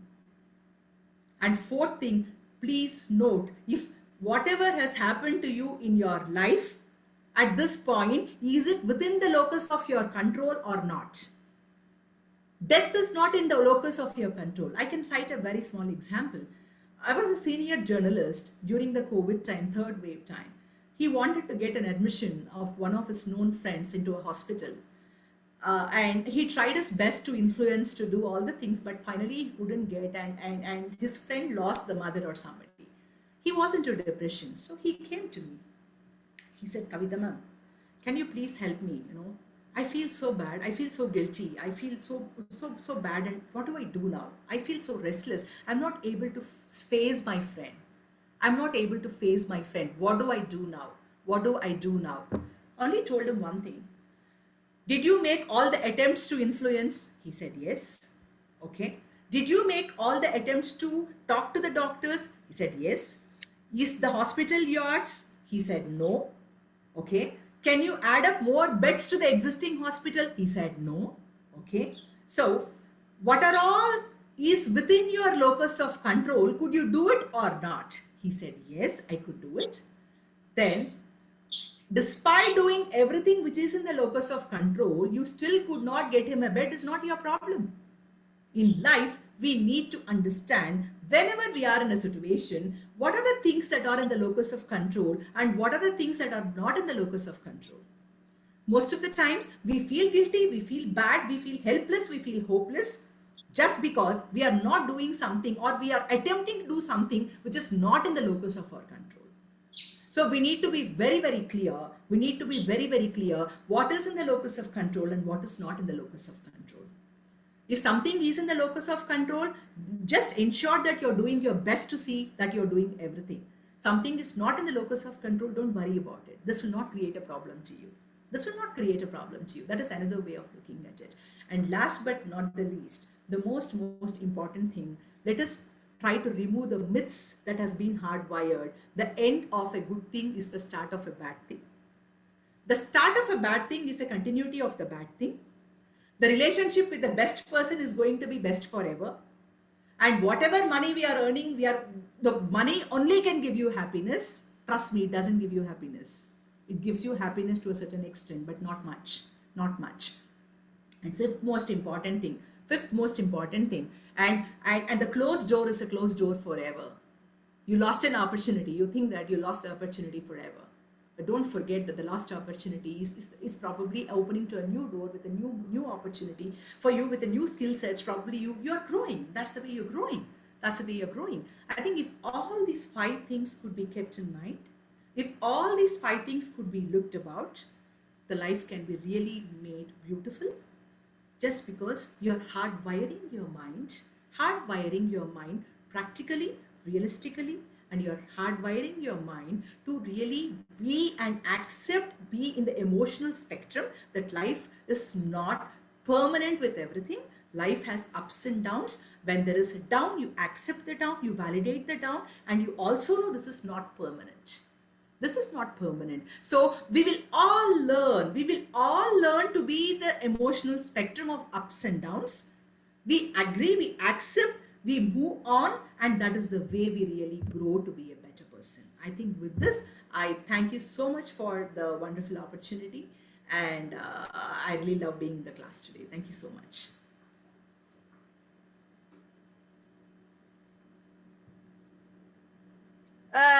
Dr. Kavita, wow, wow, wow. Thank you so much. I'm glad that you are back again on Y.Y.C.I International platform.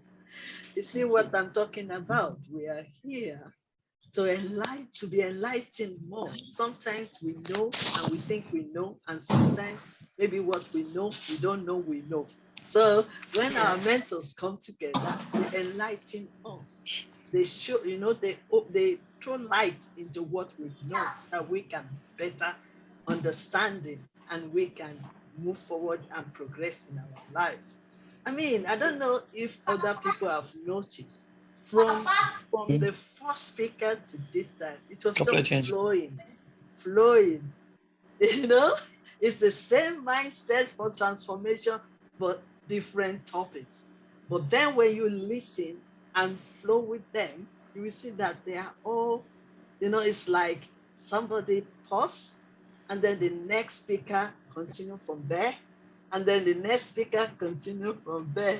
So really, it is really a mindset of transformation. So thank you so much. Before you go quickly, can I ask one question? I want you to throw Please, please. insight into, sorry, permit me, Dr. Heike, sorry, I just want to ask a question.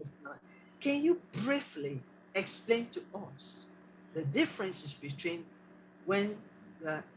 difference between sympathy and empathy? Yeah. Because I think it relates to what you, yeah. Thank you. The main difference lies in the emotion. The main difference lies in the emotion. When I say sympathy, I probably cite with two examples. I see a person on the road who seems to be hungry. I take money, I give it to him as a duty. I don't put my conscience into it. There's no emotion into it. There's no emotion into it. I'm not feeling the pain. I only try to attain the need of that person. Need of that person. I see a person hungry on the road. It pains me.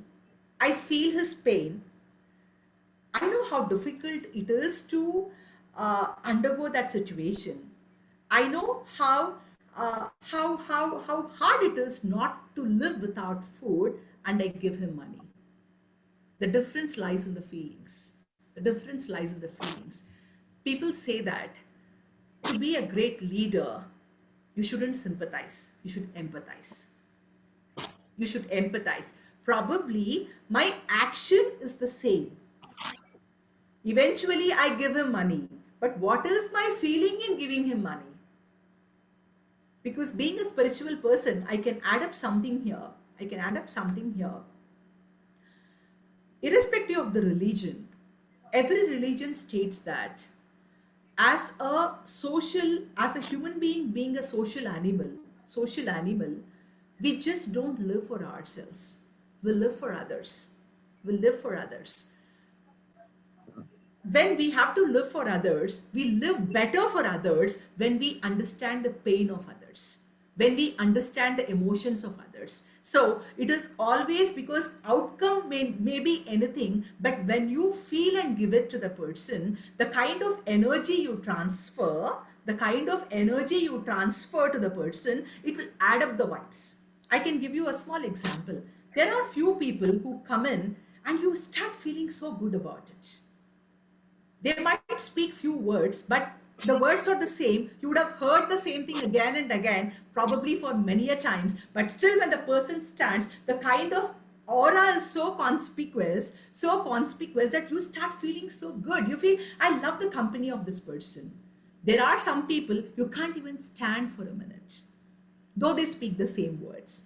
So I'm a person, being a spiritual person, I strongly believe it's all the energy. It's all the energy that matters. When I say sympathy, when I say empathy, it is the energy we are talking about. I can also give you a very small example, another quick small example. Let us say you are in the kitchen cooking a meal. I'm not here mentioning any gender, it could be anybody. Mentioning a meal, and you're so happy that you're cooking for the family and you want to cook and you do so much, you put it. The food, the taste of the food that comes out would be amazingly good.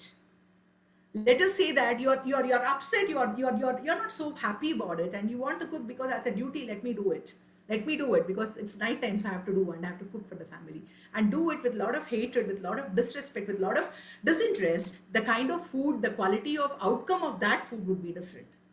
The process is the same. Where is the difference? It's in the energy. That is the difference between a sympathy and an empathy. Empathy is where you can feel the pain of the other person. When you feel the pain of the other person, probably you do not know. Being a spiritual person, I strongly believe that you heal the people. You heal the people. You don't do anything. Just talk a word. Just talk a word. Make them feel, as I mentioned, make them feel that you are authenticating, you are validating the emotions of the other person or feelings of the other person. You are healing the person 50%. Most of the problem comes in because when I feel I'm left out, I don't have anybody to talk, I don't have anything to say. I'm being with the largest family, still I feel all alone. Why is that people still do take their lives by suicide despite having huge families? Why do they feel lonely? The reason is that it's all with the energy. I strongly believe that. I strongly believe that. So everything, anything you do needs to have that positive vibes, positive energy, and that is how the happiness can be brought in. That is how the happiness can be brought into people's lives. Thank you so much. Thank you for answering my question. Thank you you. so much. And I believe that every one of us has really learned from what Dr. Kafita is saying, and even Thank you. what other people have really said on this platform today, because we are here to unlearn what we have learned so that we can relearn. And that is the way to move forward. That is the way to change our mindset. And if our mindset is not changed, we cannot be transformed, and we cannot become better or make a change. And like I always say, it all starts from individual. If your life is transformed, everything around you will be. If your life is changed, everybody around you will have the benefits of your changing yourself. So personal development is very important. So thank you so much. And I believe that this is just a pause and you are still coming back to this platform.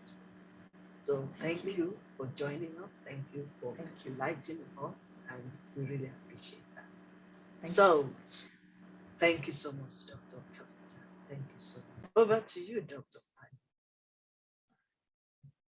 Ah, that was so, there was a lot of passion, a lot of conviction, a lot of, I mean, you were talking about energy, Dr. Kavita, and the energy could be seen in what you were saying, because I know that you're very passionate about what you do. And when you were talking about solution, and when you were talking about, especially counting your blessings and saying that, hey, I'm kicking and I'm alive, I could actually resonate with you. Because I think most of the time, we as human beings fail to, just appreciate and thank, the mercies that we have in life. What happens is that we forget to live in the now, and we think about what is yet to come or what has already gone by. We keep on lamenting, but we don't realize that this moment now is the most precious moment. And we can make this a wonderful moment if we just want to. And it's up to us. The best part is that it's up to us. And we only, try to sort of mix it all up, and we become anxious and all that. And then a very wonderful example that, you go into the kitchen, and if you have a awful, lousy mood, everything that you're feeling, that energy is going to just pour, I don't know, just going to transmit in the food. And that's whatever is going to be prepared. Maybe none of them will enjoy it. Maybe, whatever, some kind of a problem might happen. But the same thing, it could be a simple home cooked meal. But if it's done with love and affection, and you're very happy when you're cooking, I think the entire family, there is happiness all over. So it's just about these little things in life that we just ignore, I feel, and this is the reason that we have our mindset for success transformation class. We need to keep on, at times, when we're journeying in this life, we just forget, because there's so many things. We're rushing, where sometimes we just forget to stop and smell the flowers at time. We forget to go out into the open, and connect with nature. I think these are things that we are making mistakes. We need to consciously devote time to, connecting with nature, connecting with the self, you know understanding what stern stuff we're made of. I'll say it's to be, like you were talking about resilience. That was wonderful, because I remember, very recently I had a student of mine who told me that, ma'am, you were very wonderful when you taught us about poetry and, literature and Shakespeare and Bernard Shaw and all that. But what happened, that there was, when I went to college, there was this competition. And I was so used to, always getting first and always being so super successful. But when I went to college, I realized where I actually was. I mean, all the time you cannot succeed. There will be a time when you will not be able to succeed, and perhaps you'll come second or third, or you'll just end up with a consolation prize. She said, I couldn't take the fact that I just ended up with a consolation prize. Here I was winning those top things in school, where the highest level, I was always first. And what happened to me when I went to college? I got a consolation prize. I just couldn't take it. So I think somewhere, ma'am, we still needed more of life skills. And then she said, we remember some of you, like you and maybe some of my colleagues, that you insisted on these skills, but we never listened to you. So it was only about, so this is the important part, and this is something that we, I think, need to instill, like you said, hardwire. And it's so much ingrained in the system, even for the grown-ups, so that when they send their children to school, university, college, they just insist on one thing: your performance. You ought to get A grades, you have to be the toppers. They just forget about these skills. What's going to actually make them successful in life, what's going to build their resilience, is going to be these things, how they're feeling about what they're doing, the kind of passion they have. So, this was a wonderful masterclass. And I think our dearest, and first of all, Dr. Kavita, a big thank you to you. I resonated with each and every word that you said. And I think all of us really enjoyed your talk, because it was full of passion. And I think this is what is required, that we're so full of life and we enjoy one another's company, as Professor Raghunath said. And then, there is no problem. This is what our Dr. TPS said. I think all of you gave different points of view, as our dearest queen also said. And we just flow. It was like a flowing, a fluid movement of one thought to another. We just sort of went like that. That was excellent. And dearest queen, I think we do not see our fourth speaker. He's here now. He's here. Oh, Doctor. yes. Yes, he's here. Okay, okay. Yes. Normally, I like to give announcements, but because I think our next speaker has been in a meeting and he just rushed quickly from the meeting, which we really, really appreciate you, sir. Thank you so much. He Okay, just okay, yes. rushed quickly to come and impart into us this afternoon. So I will do all my announcement after. So can we introduce our next speaker now? But before then, like I was saying, I want to appreciate again some other dignitaries that has really joined us this afternoon. I want to appreciate Ambassador Professor David Moradia. I want to appreciate His Excellency, Mr. Mohamed Slamon Kamara. I want to appreciate Mrs. Majid. I want to appreciate Dr. Patricia. I want to appreciate my brother, Ambassador Dr. Anagua Ikechiku Augustine. I want to appreciate Mr. Sam. I want to appreciate Mr. Bagura. I want to appreciate also Mr. Azam Jill. Thank you so much for joining us. We really appreciate your time of we coming together. I want to appreciate Mr. Jacob, Mr. Kaden Campbell. Thank you so much. We are all learning together, and I really appreciate your time. I want to appreciate Pastor Said Gill from Pakistan. Thank you so much for joining us. Over to you, Dr. Ike. Thank you so much. And yes, I do see our next speaker here right in front of me. He will be talking to us on practicing cooperation and appreciation, which are the footsteps of sustainability. He is Dr. Biswajit Roy Chaudhary, faculty member in the Department of Geography of Vidya Sagar College of India. He has written 11 books, out of which 7 of which are published by the School Education Department, Government of West Bengal. He is a social activist, also the founder chairman of South Asian Institute for Advanced Research and Development. There I see him. So a big welcome to you, Dr. Biswajit Roy Chaudhary. And yes, I did not realize that BRC was actually you. So a big welcome. And yes, we are ready to listen to what you have to teach us today or mentor us with. Yes. Thank you, Dr. Aika, and also Honorable Queen, my loved elder sister, Professor Dr. Queen Elizabeth also. So BRC is a short form because we are now entering into the field of T20 matches. So from 50 overs maps to T20 matches. So it's a time squeeze. Everybody has very limited time and we have to short out as that. So that's why anyway, but still I firstly warmly welcome and congratulate to Professor Queen for organizing such a wonderful event, talk shows also, and brainstorming session, one kind of. And the last conference, due to some meeting and urgency, I have to leave.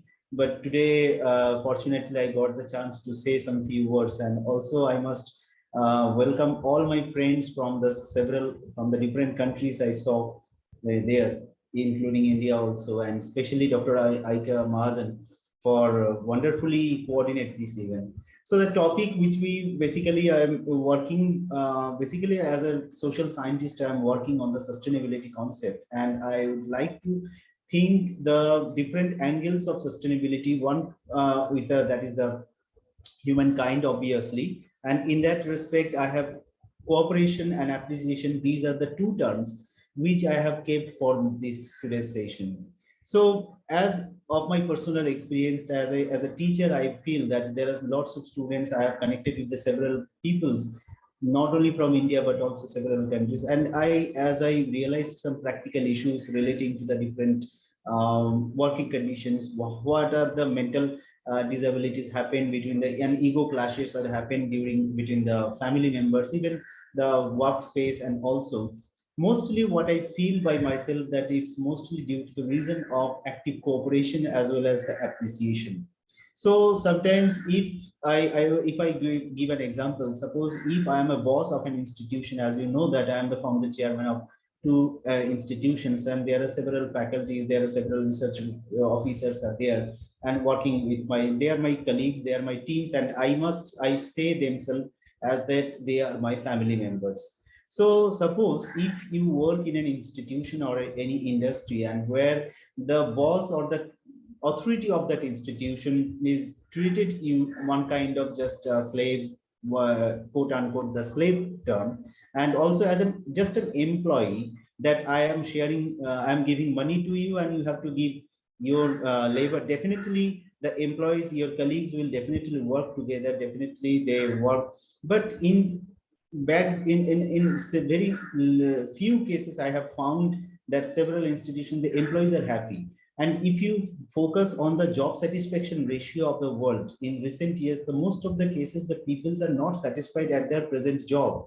It's not only that they have to do lots of work with a minimum amount of pay, because money cannot be, there is no limitation of money, but there is all kinds of, if there is a limitation of appreciation among the employees and the employers, and that kind of appreciation will definitely create some conflict into the society as well as the non-cooperation system. So if we focus that our world will be very fine, and if we I'm thinking very practical level, at the very ground level, if I see that the house or the office is my world, and then I have to as a team leader or as a boss, I have to think, or the family head of the family, if I feel myself that all the faculty members or the colleagues is my family members, and whatever their fallacies, whatever their points or obligations, or whatever their drop back points, so we can cover up with our own credibilities, our own credentials, and every faculty members should be appreciated by their own by their own work and all own capabilities by the authority of the institution. And in that sense, if all the organizations share their thinkings, all the organizations think in that sense, then definitely I must say that there will be no kind of conflict in the office. And not only that, it's not only in case of office sector, but also in case of family sector, in case of our societal sector, in case of our country sector, state level, and all level, because we belongs in a hierarchical manner. And in that hierarchical segments, if we appreciate our next man, then definitely this kind of appreciation he or she will share to the other man, and that kind of cooperation definitely will help some peace bondings, and also one kind of feelings about the next humankind, about his or her next humankind. And that should be, I think, the meaning of proper sustainability, because we are living in the world that is continuously facing different kinds of issues. Even in the last 2 years, we have faced lots of problems due to the COVID. But most of the cases, you may feel that there is something in the line which actually keep us in the bound. And that point, sometimes those who have failed in that level, or though somebody's have already overcome that level. So in that sense, there are lots of conflict, lots of contradictions, lots of competitions in the world. But in that sense, if in the meaning of our life is to remain happy, is to remain in peace, and also to live peacefully and live happily, and live others and peacefully and happily too. This, if this is the main prelude of the humankind, then definitely we have to think in a different way, not only in our language, but also in our practice, because I feel that sustainability is not only just a word, it's a practice which we have to perform throughout our life and in different way. And if we can practice in that sense, if we want to keep peace, if we want to peace cooperation, and if we want to expect cooperation and all kinds of support, sympathy from our next person, then definitely we have to start from our own. And this is the main points which I will share. And hopefully in psychological aspect, there is a point that if you want whatever the face you would like to see in the mirror, if you have to face, you have to show the mirror the same kind of face. So if you will smile on the mirror, then definitely mirror will get back to the smiley face. Otherwise, vice versa, it will be. So that is the point. And if we practice in our life, definitely our life will be beautiful. And as a member of YYCI International, I'm really proud that these organizations working on that field to spread that concept towards the people's mind, either through the communication or through webinar or any kind of mode. and really it's appreciable. And hopefully in future we will definitely come over all kinds of our obligations in our life. Thank you. Thank you so much. Sharp but powerful, brief but very, very, very insightful, because we all need that with working together with our colleagues, and even people that are working under us, and even some people that we are together doing some projects together as a team. This is very, very, very unique, and it's very important. And I want to say thank you for your time. Thank you. I know that you're still coming back, because I'm just going to put pause, comma, because you still have more to give us on this platform. So I want to appreciate your time, and even especially during this time that you're preparing the students, the teachers for other things that you're doing in school. I want to say well done, because all our labors are not in vain. We are doing it because we appreciate it, we appreciate people, and because we want to add value to people, and because we want to impart into people's lives, and because we want to feel satisfied ourselves that we are adding value to others. So thank you so much. Thank you, ma'am. I feel that it's one kind of value education that we have to practice. Not only we have to practice, but also we have to share to our childs, as that they can appreciate other people's too. And that will definitely reduce the domestic violence. That will definitely reduce the different kinds of issues, social issues, which we have raised, even gender, even if I say that I don't believe the concept of sustainability, I don't believe the concept of gender equality, disability type of words, because it's if I feel that I'm a man and the next person is woman, so I am not talking man woman, it's just a gender differentiation. I am talking about human. So both of us, they are just, we have just different in gender by gender, but everything is already all same. So if we can think in that way and appreciate who are in the low or who are in the high position. So if we appreciate, then the gap will minimize, the gap will reduce, and it will definitely help to give a better world for experience. Yes, and I totally believe in you, sir. I totally believe in you. Yes, it's good for us, all the platforms, to talk about sustainable development goals that we want to meet. But one thing we all have forgotten, that before UN is UN, we are all human beings. And everything is starting right from us, from our lives, from our homes. True. What's happening there starts from us. And so we have to look beyond the sustainable development goals to make it that it's not just saying it, it's about living the life that impacts into other people's. Whatever you do today, you are doing it for the nation. How you behave, how you treat people, how you love people. That is why I appreciate our platform called Transformational Leadership Conference, because we only emphasize on love, and the love has to start from you. Because if you don't love yourself, you cannot love others. And that is where all these problems come. And that is why you can see that we don't really entertain in our conference, not mindset, but in our conference, we don't really entertain too much talk, because talk is cheap. Sharp, sharp. You speak for 2 minutes, you act for 100%. You know, that means the teaching, the speaking have to be 20%. The action have to be 80%. And it is how we treat others that we now meet our sustainable development. You understand? So that is why we are all here. We are learning from each other. Where do we go wrong? How can we improve? We are not here to judge anybody.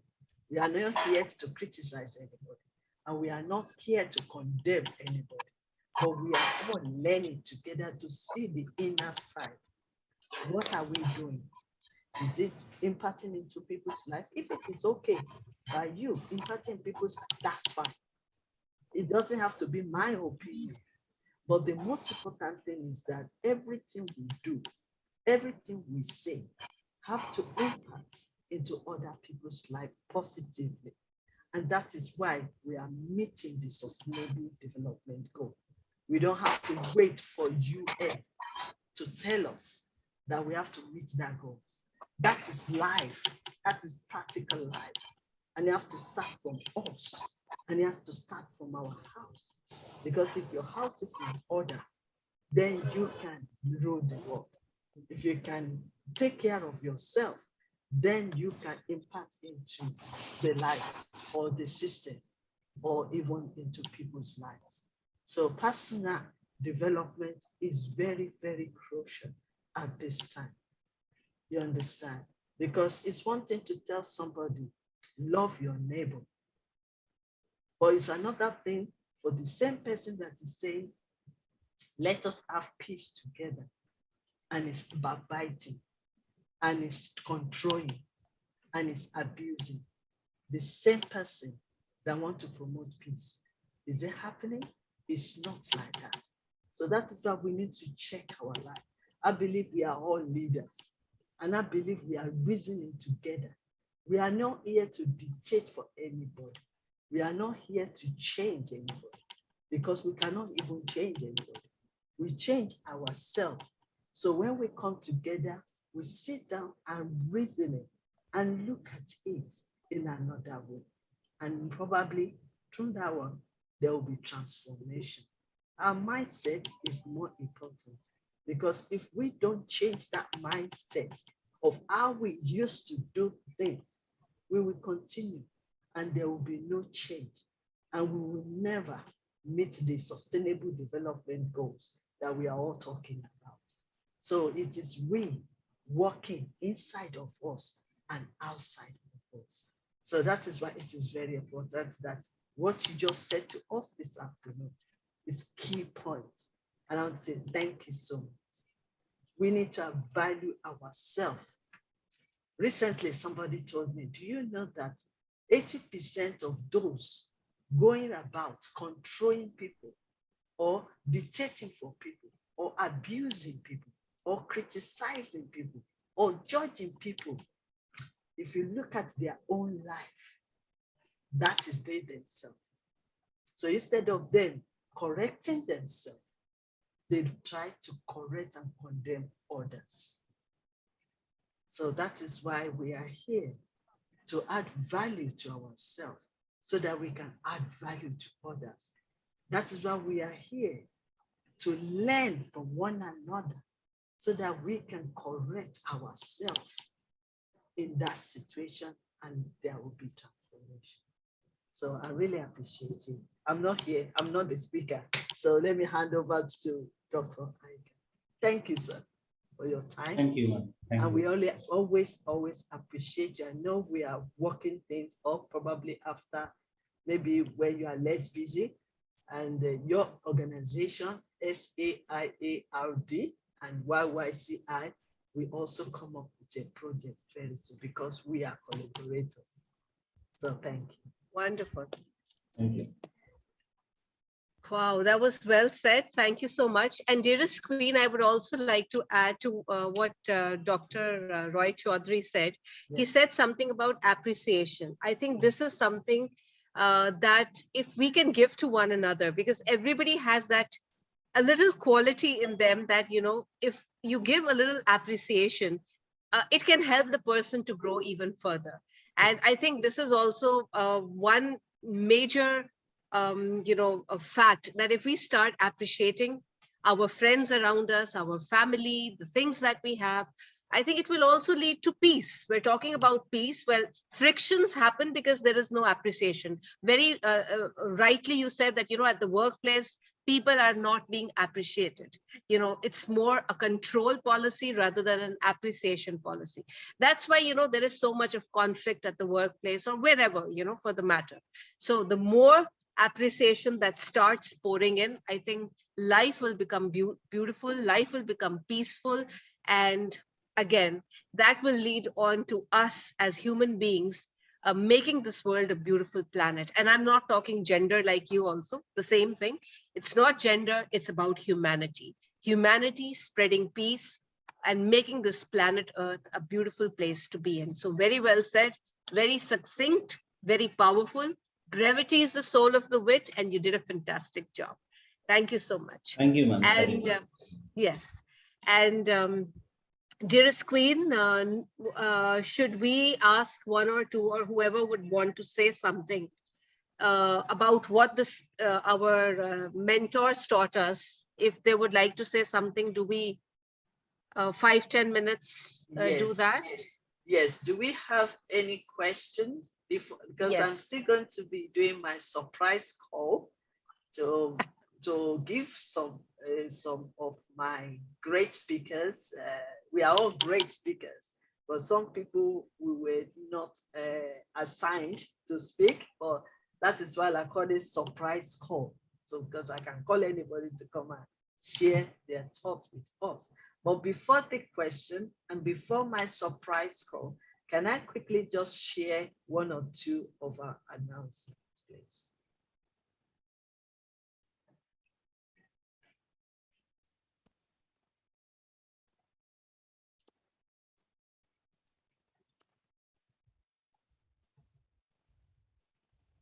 Okay, just to remind us again about Yes You Can International. It's about time for youth leaders all over the world for us to support them, guide them, because either we like it or not, they are taking over. And that is my own mission. Yes, I also support the women and men, but my passion is really youth, because in every areas of their lives, they need mentor, they need advisor, they need somebody to be there so that we can answer some of their questions. So we at Yes You Can International have set up this platform so that the old and the young, the present leaders and the future leaders can come together and share together. So Yes You Can International is about transformation of lives and relationship. Yes You Can International also help them in the areas of business or NGO development.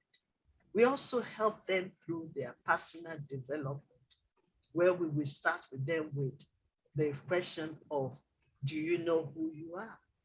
Or do you know your identity? Or do you know your purpose? Because if you don't know who you are, you will be carried away with so many things that is going in the world. If you don't know your purpose, you will end up doing all kinds of career. But if you know your purpose and we guide you for you to know your purpose, then it will be easier for you to work towards fulfilling your purpose. So we have that one, and we also inspire, and that will make me to talk about the Yes You Can International TV. Please subscribe to it, because regularly Dr. Elizabeth Lucas always share from her heart inspirational nuggets of wisdom on that platform. So if you want to benefit from it, or you want other people, your friends, your relatives, or your family, your friends to benefit from this inspirational nugget of wisdom, please encourage them to subscribe. Like I said before as well, we are doing a lot of mentorship. Sometimes I do one-to-one with people, and sometimes group like this, because like here, I am inviting all of my mentors to come and mentor us together, because I believe in togetherness. We stand, we grow, and we progress. So, and then we empower. You come and share with me, what is your vision? What is your goals? What are you doing? What's your business? What's your NGO? What are you studying? And then when we sit down together and see, we will now try to see the areas where you can improve what you are doing, where you can progress and move to the next level. So these are the things that we do in Yes You Can. And apart from that, one of the resources that we use is writing books. Dr. Elizabeth Lucas have written so many books, and she's still writing and publishing. And some of it I'm also a co-author of some books. So all these books are available at www.amazon.com, or yes, you can www.elizabethcreations.co.uk, or you can get it from www.payhip.co. uh, Sometimes we also, because we are a giver, and we also show gratitude to all people contributing to whatever we're doing and supporting us. So sometimes we try to give them the free copy of my Yes You Can if they email me on elizabeth.lucas@ymail.com. Only those people attending Masterclass. Thank you. And also we have a program called AutoShape Masterclass International, which we can help you or guide you or even teach you how to write, how to turn your poem, your stories, and your articles to turn it to book and become either a co-author or an author. So we have that program around for you. If you're interested, we can teach you how to write for 1 or 2 chapters if you don't have much to write, and then you can become a co-author of other authors. And then we can also publish and market your book, your stories and articles. And we can even teach you how you can get the right designer, editor, proofreader, and publisher. And we can also teach you how you can sell your book and make more money from your book written. Or you can even create more venues, more activities, more creative things from your book and become who you want to become. And quickly, let me share this. Yes, this is me again, Dr. Elizabeth Lucas of Falalu, the CEO of Yes You Can International, and the award-winning author of the book called Yes You Can. Another book as well, The Love We Lost. So I just want to encourage, if your dream does not scare you, then you need to dream again. Your blood, the gift is in you. You are resourceful. You are blessed and highly favored. You have greatness in you. Until you discover who you are and your purpose on earth, you will continue to serve others. But you can serve others as a leader. And why are you a leader? Because you are doing something.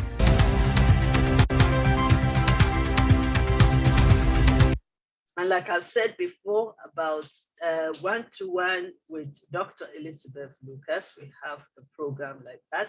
And we also can help people how to develop their own business and how to maintain, sustain that business. Because you can agree with me that not everybody that starts business really succeed in the business, because it might be the wrong business or at the wrong time or the wrong place. How do you package yourself? How do you package your business plan? And how do you market your business? So all these ones we can also teach you. Let me also quickly, before I start calling others to contribute to our masterclass today, I just want to quickly show you some of our speakers tomorrow. So we have Ambassador Zuba tomorrow. We have our own very Professor Charles tomorrow. We have our bishop in the house, Bishop Nelson Person tomorrow. And we also have our leaders, youth leader, Ambassador Oli Idapo tomorrow. We also have our professor from South Africa, Ravida Rena tomorrow. I believe you don't want to miss all these people. So please get back at 10 o'clock a.m. UK time and let us learn together, grow together, and move forward together. So the only thing I just want to quickly say before we go as well is our magazine. The third edition is coming.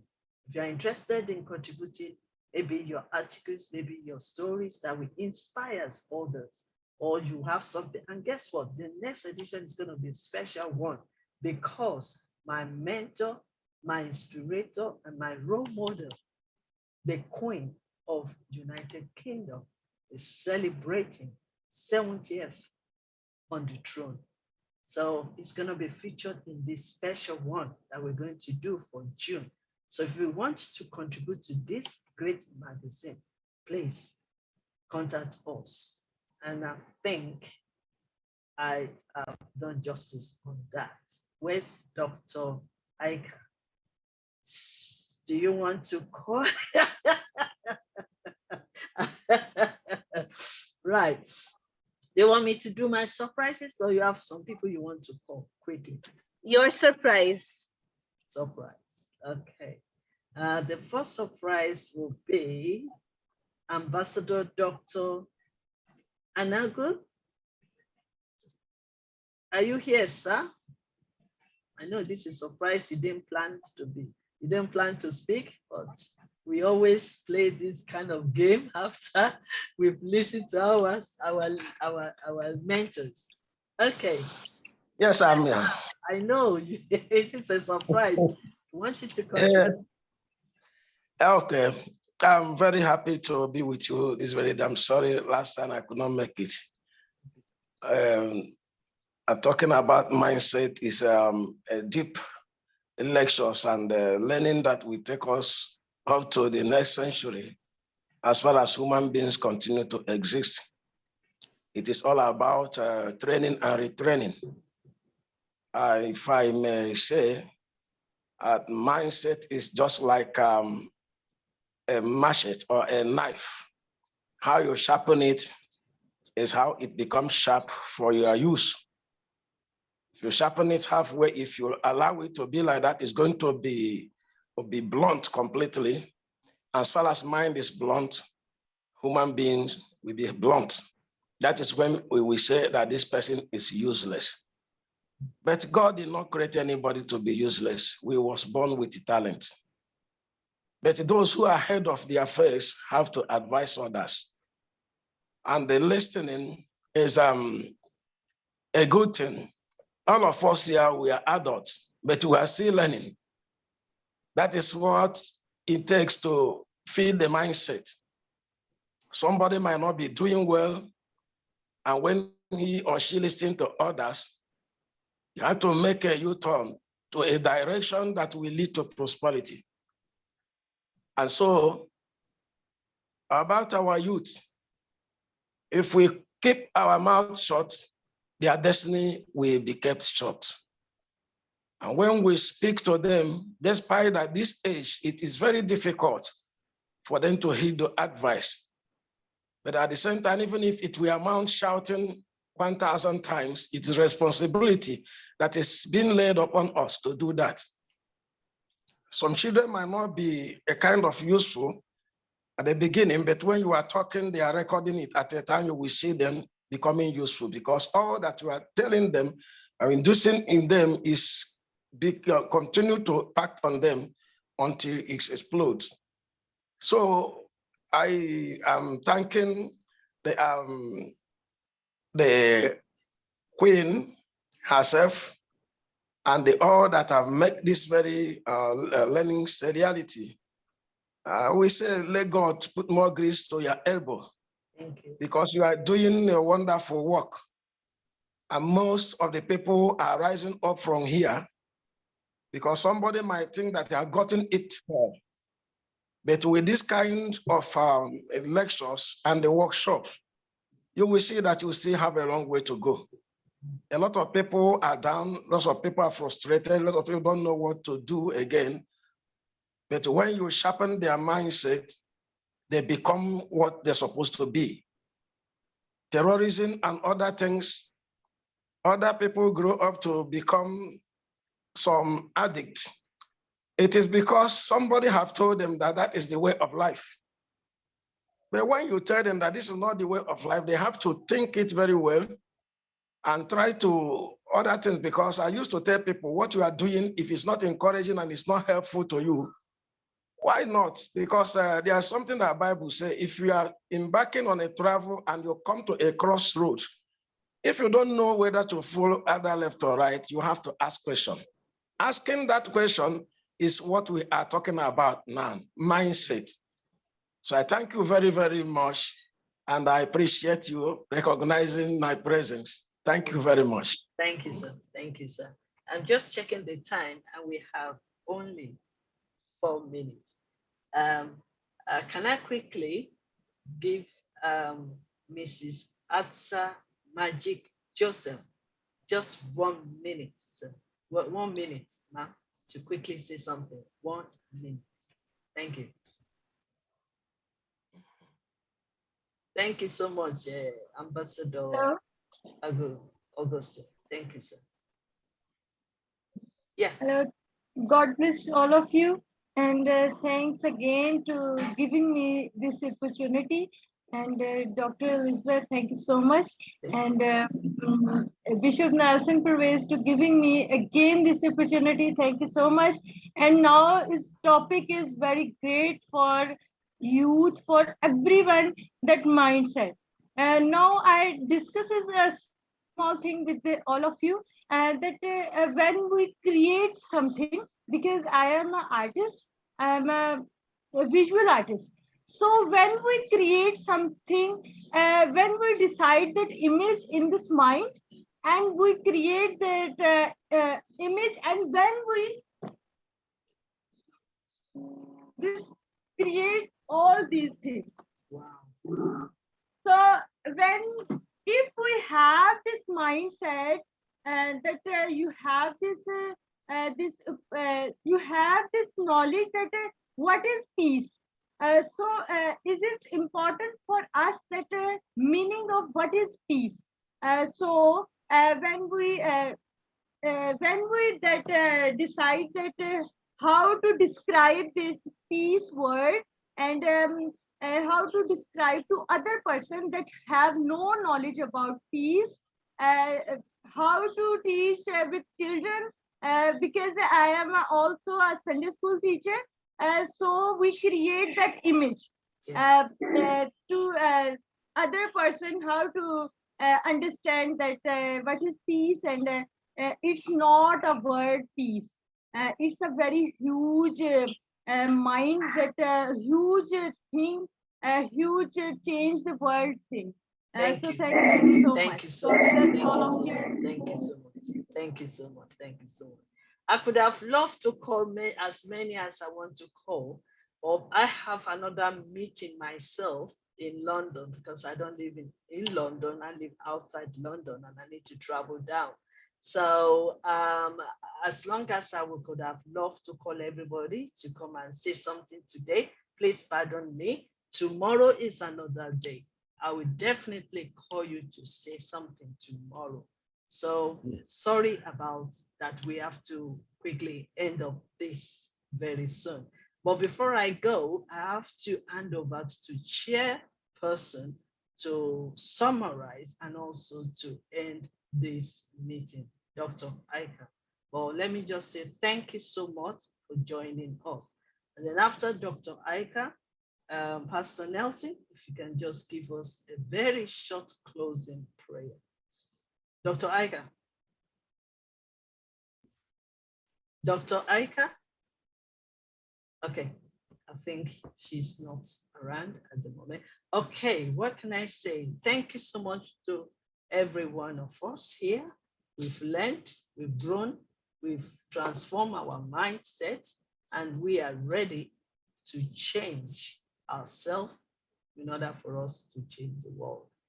I don't take any one of you, your time. I do not take it for granted. I really, really appreciate your time. Mr. Jill, Azza, and every other person, Pastor Shadi, thank you so much. So I want to say thank you, Mr. Kader, Mr. Mohammed, Mr. Jacob, Ambassador Mohammed, Mr. John Levy, Mr. Sam, Mr. Bagura. Thank you for learning together with me. Our bishop, will lead us closely with prayer now. Pastor Nelson. Thank you, Lord. You are the great Lord, Lord of Lords, King of Kings. Thank you for the whole meeting. Thank you for the speakers. Thank you for the moderator. Thank you for our dear sister, Queen Elizabeth. Thank you for our vision and mission of Yes, You Can International. At this stage, I'm thankful, Lord, you have helped us in the whole meeting. And I also pray for tomorrow as well. Bless our meeting, give us wisdom, give us knowledge, and give us understanding. And also, I pray for everyone's blessing. Thank you, Lord, for the whole sessions. So bless all of us. In Jesus' name I pray. Amen. Thank you Amen. so much. We Amen. now Amen. end this conference and this masterclass, and I really want to appreciate you all. So if you don't mind me ending up the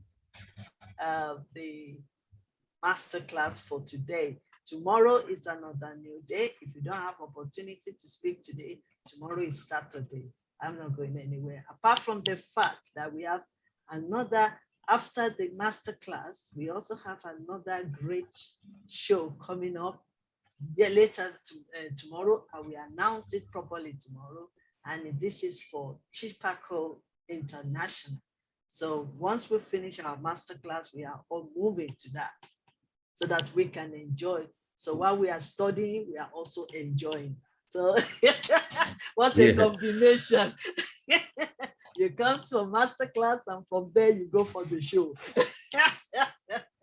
Well, it's a celebration of moms. So I think everybody would like to say something about their moms, Yes. whether it's poetry, whether it's song, whether it's just a prayer, whether it's an experience, whether it's a verse, whatever they would like to share about their mothers. You know, basically we're celebrating our mothers. Yes, tomorrow. So, After yes, tomorrow. masterclass.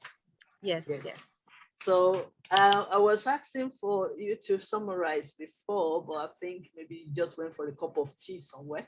So I went, I no, not tea yet, but yes, after this, I'll definitely have a cup of coffee. It's evening time in India. okay. And, yes.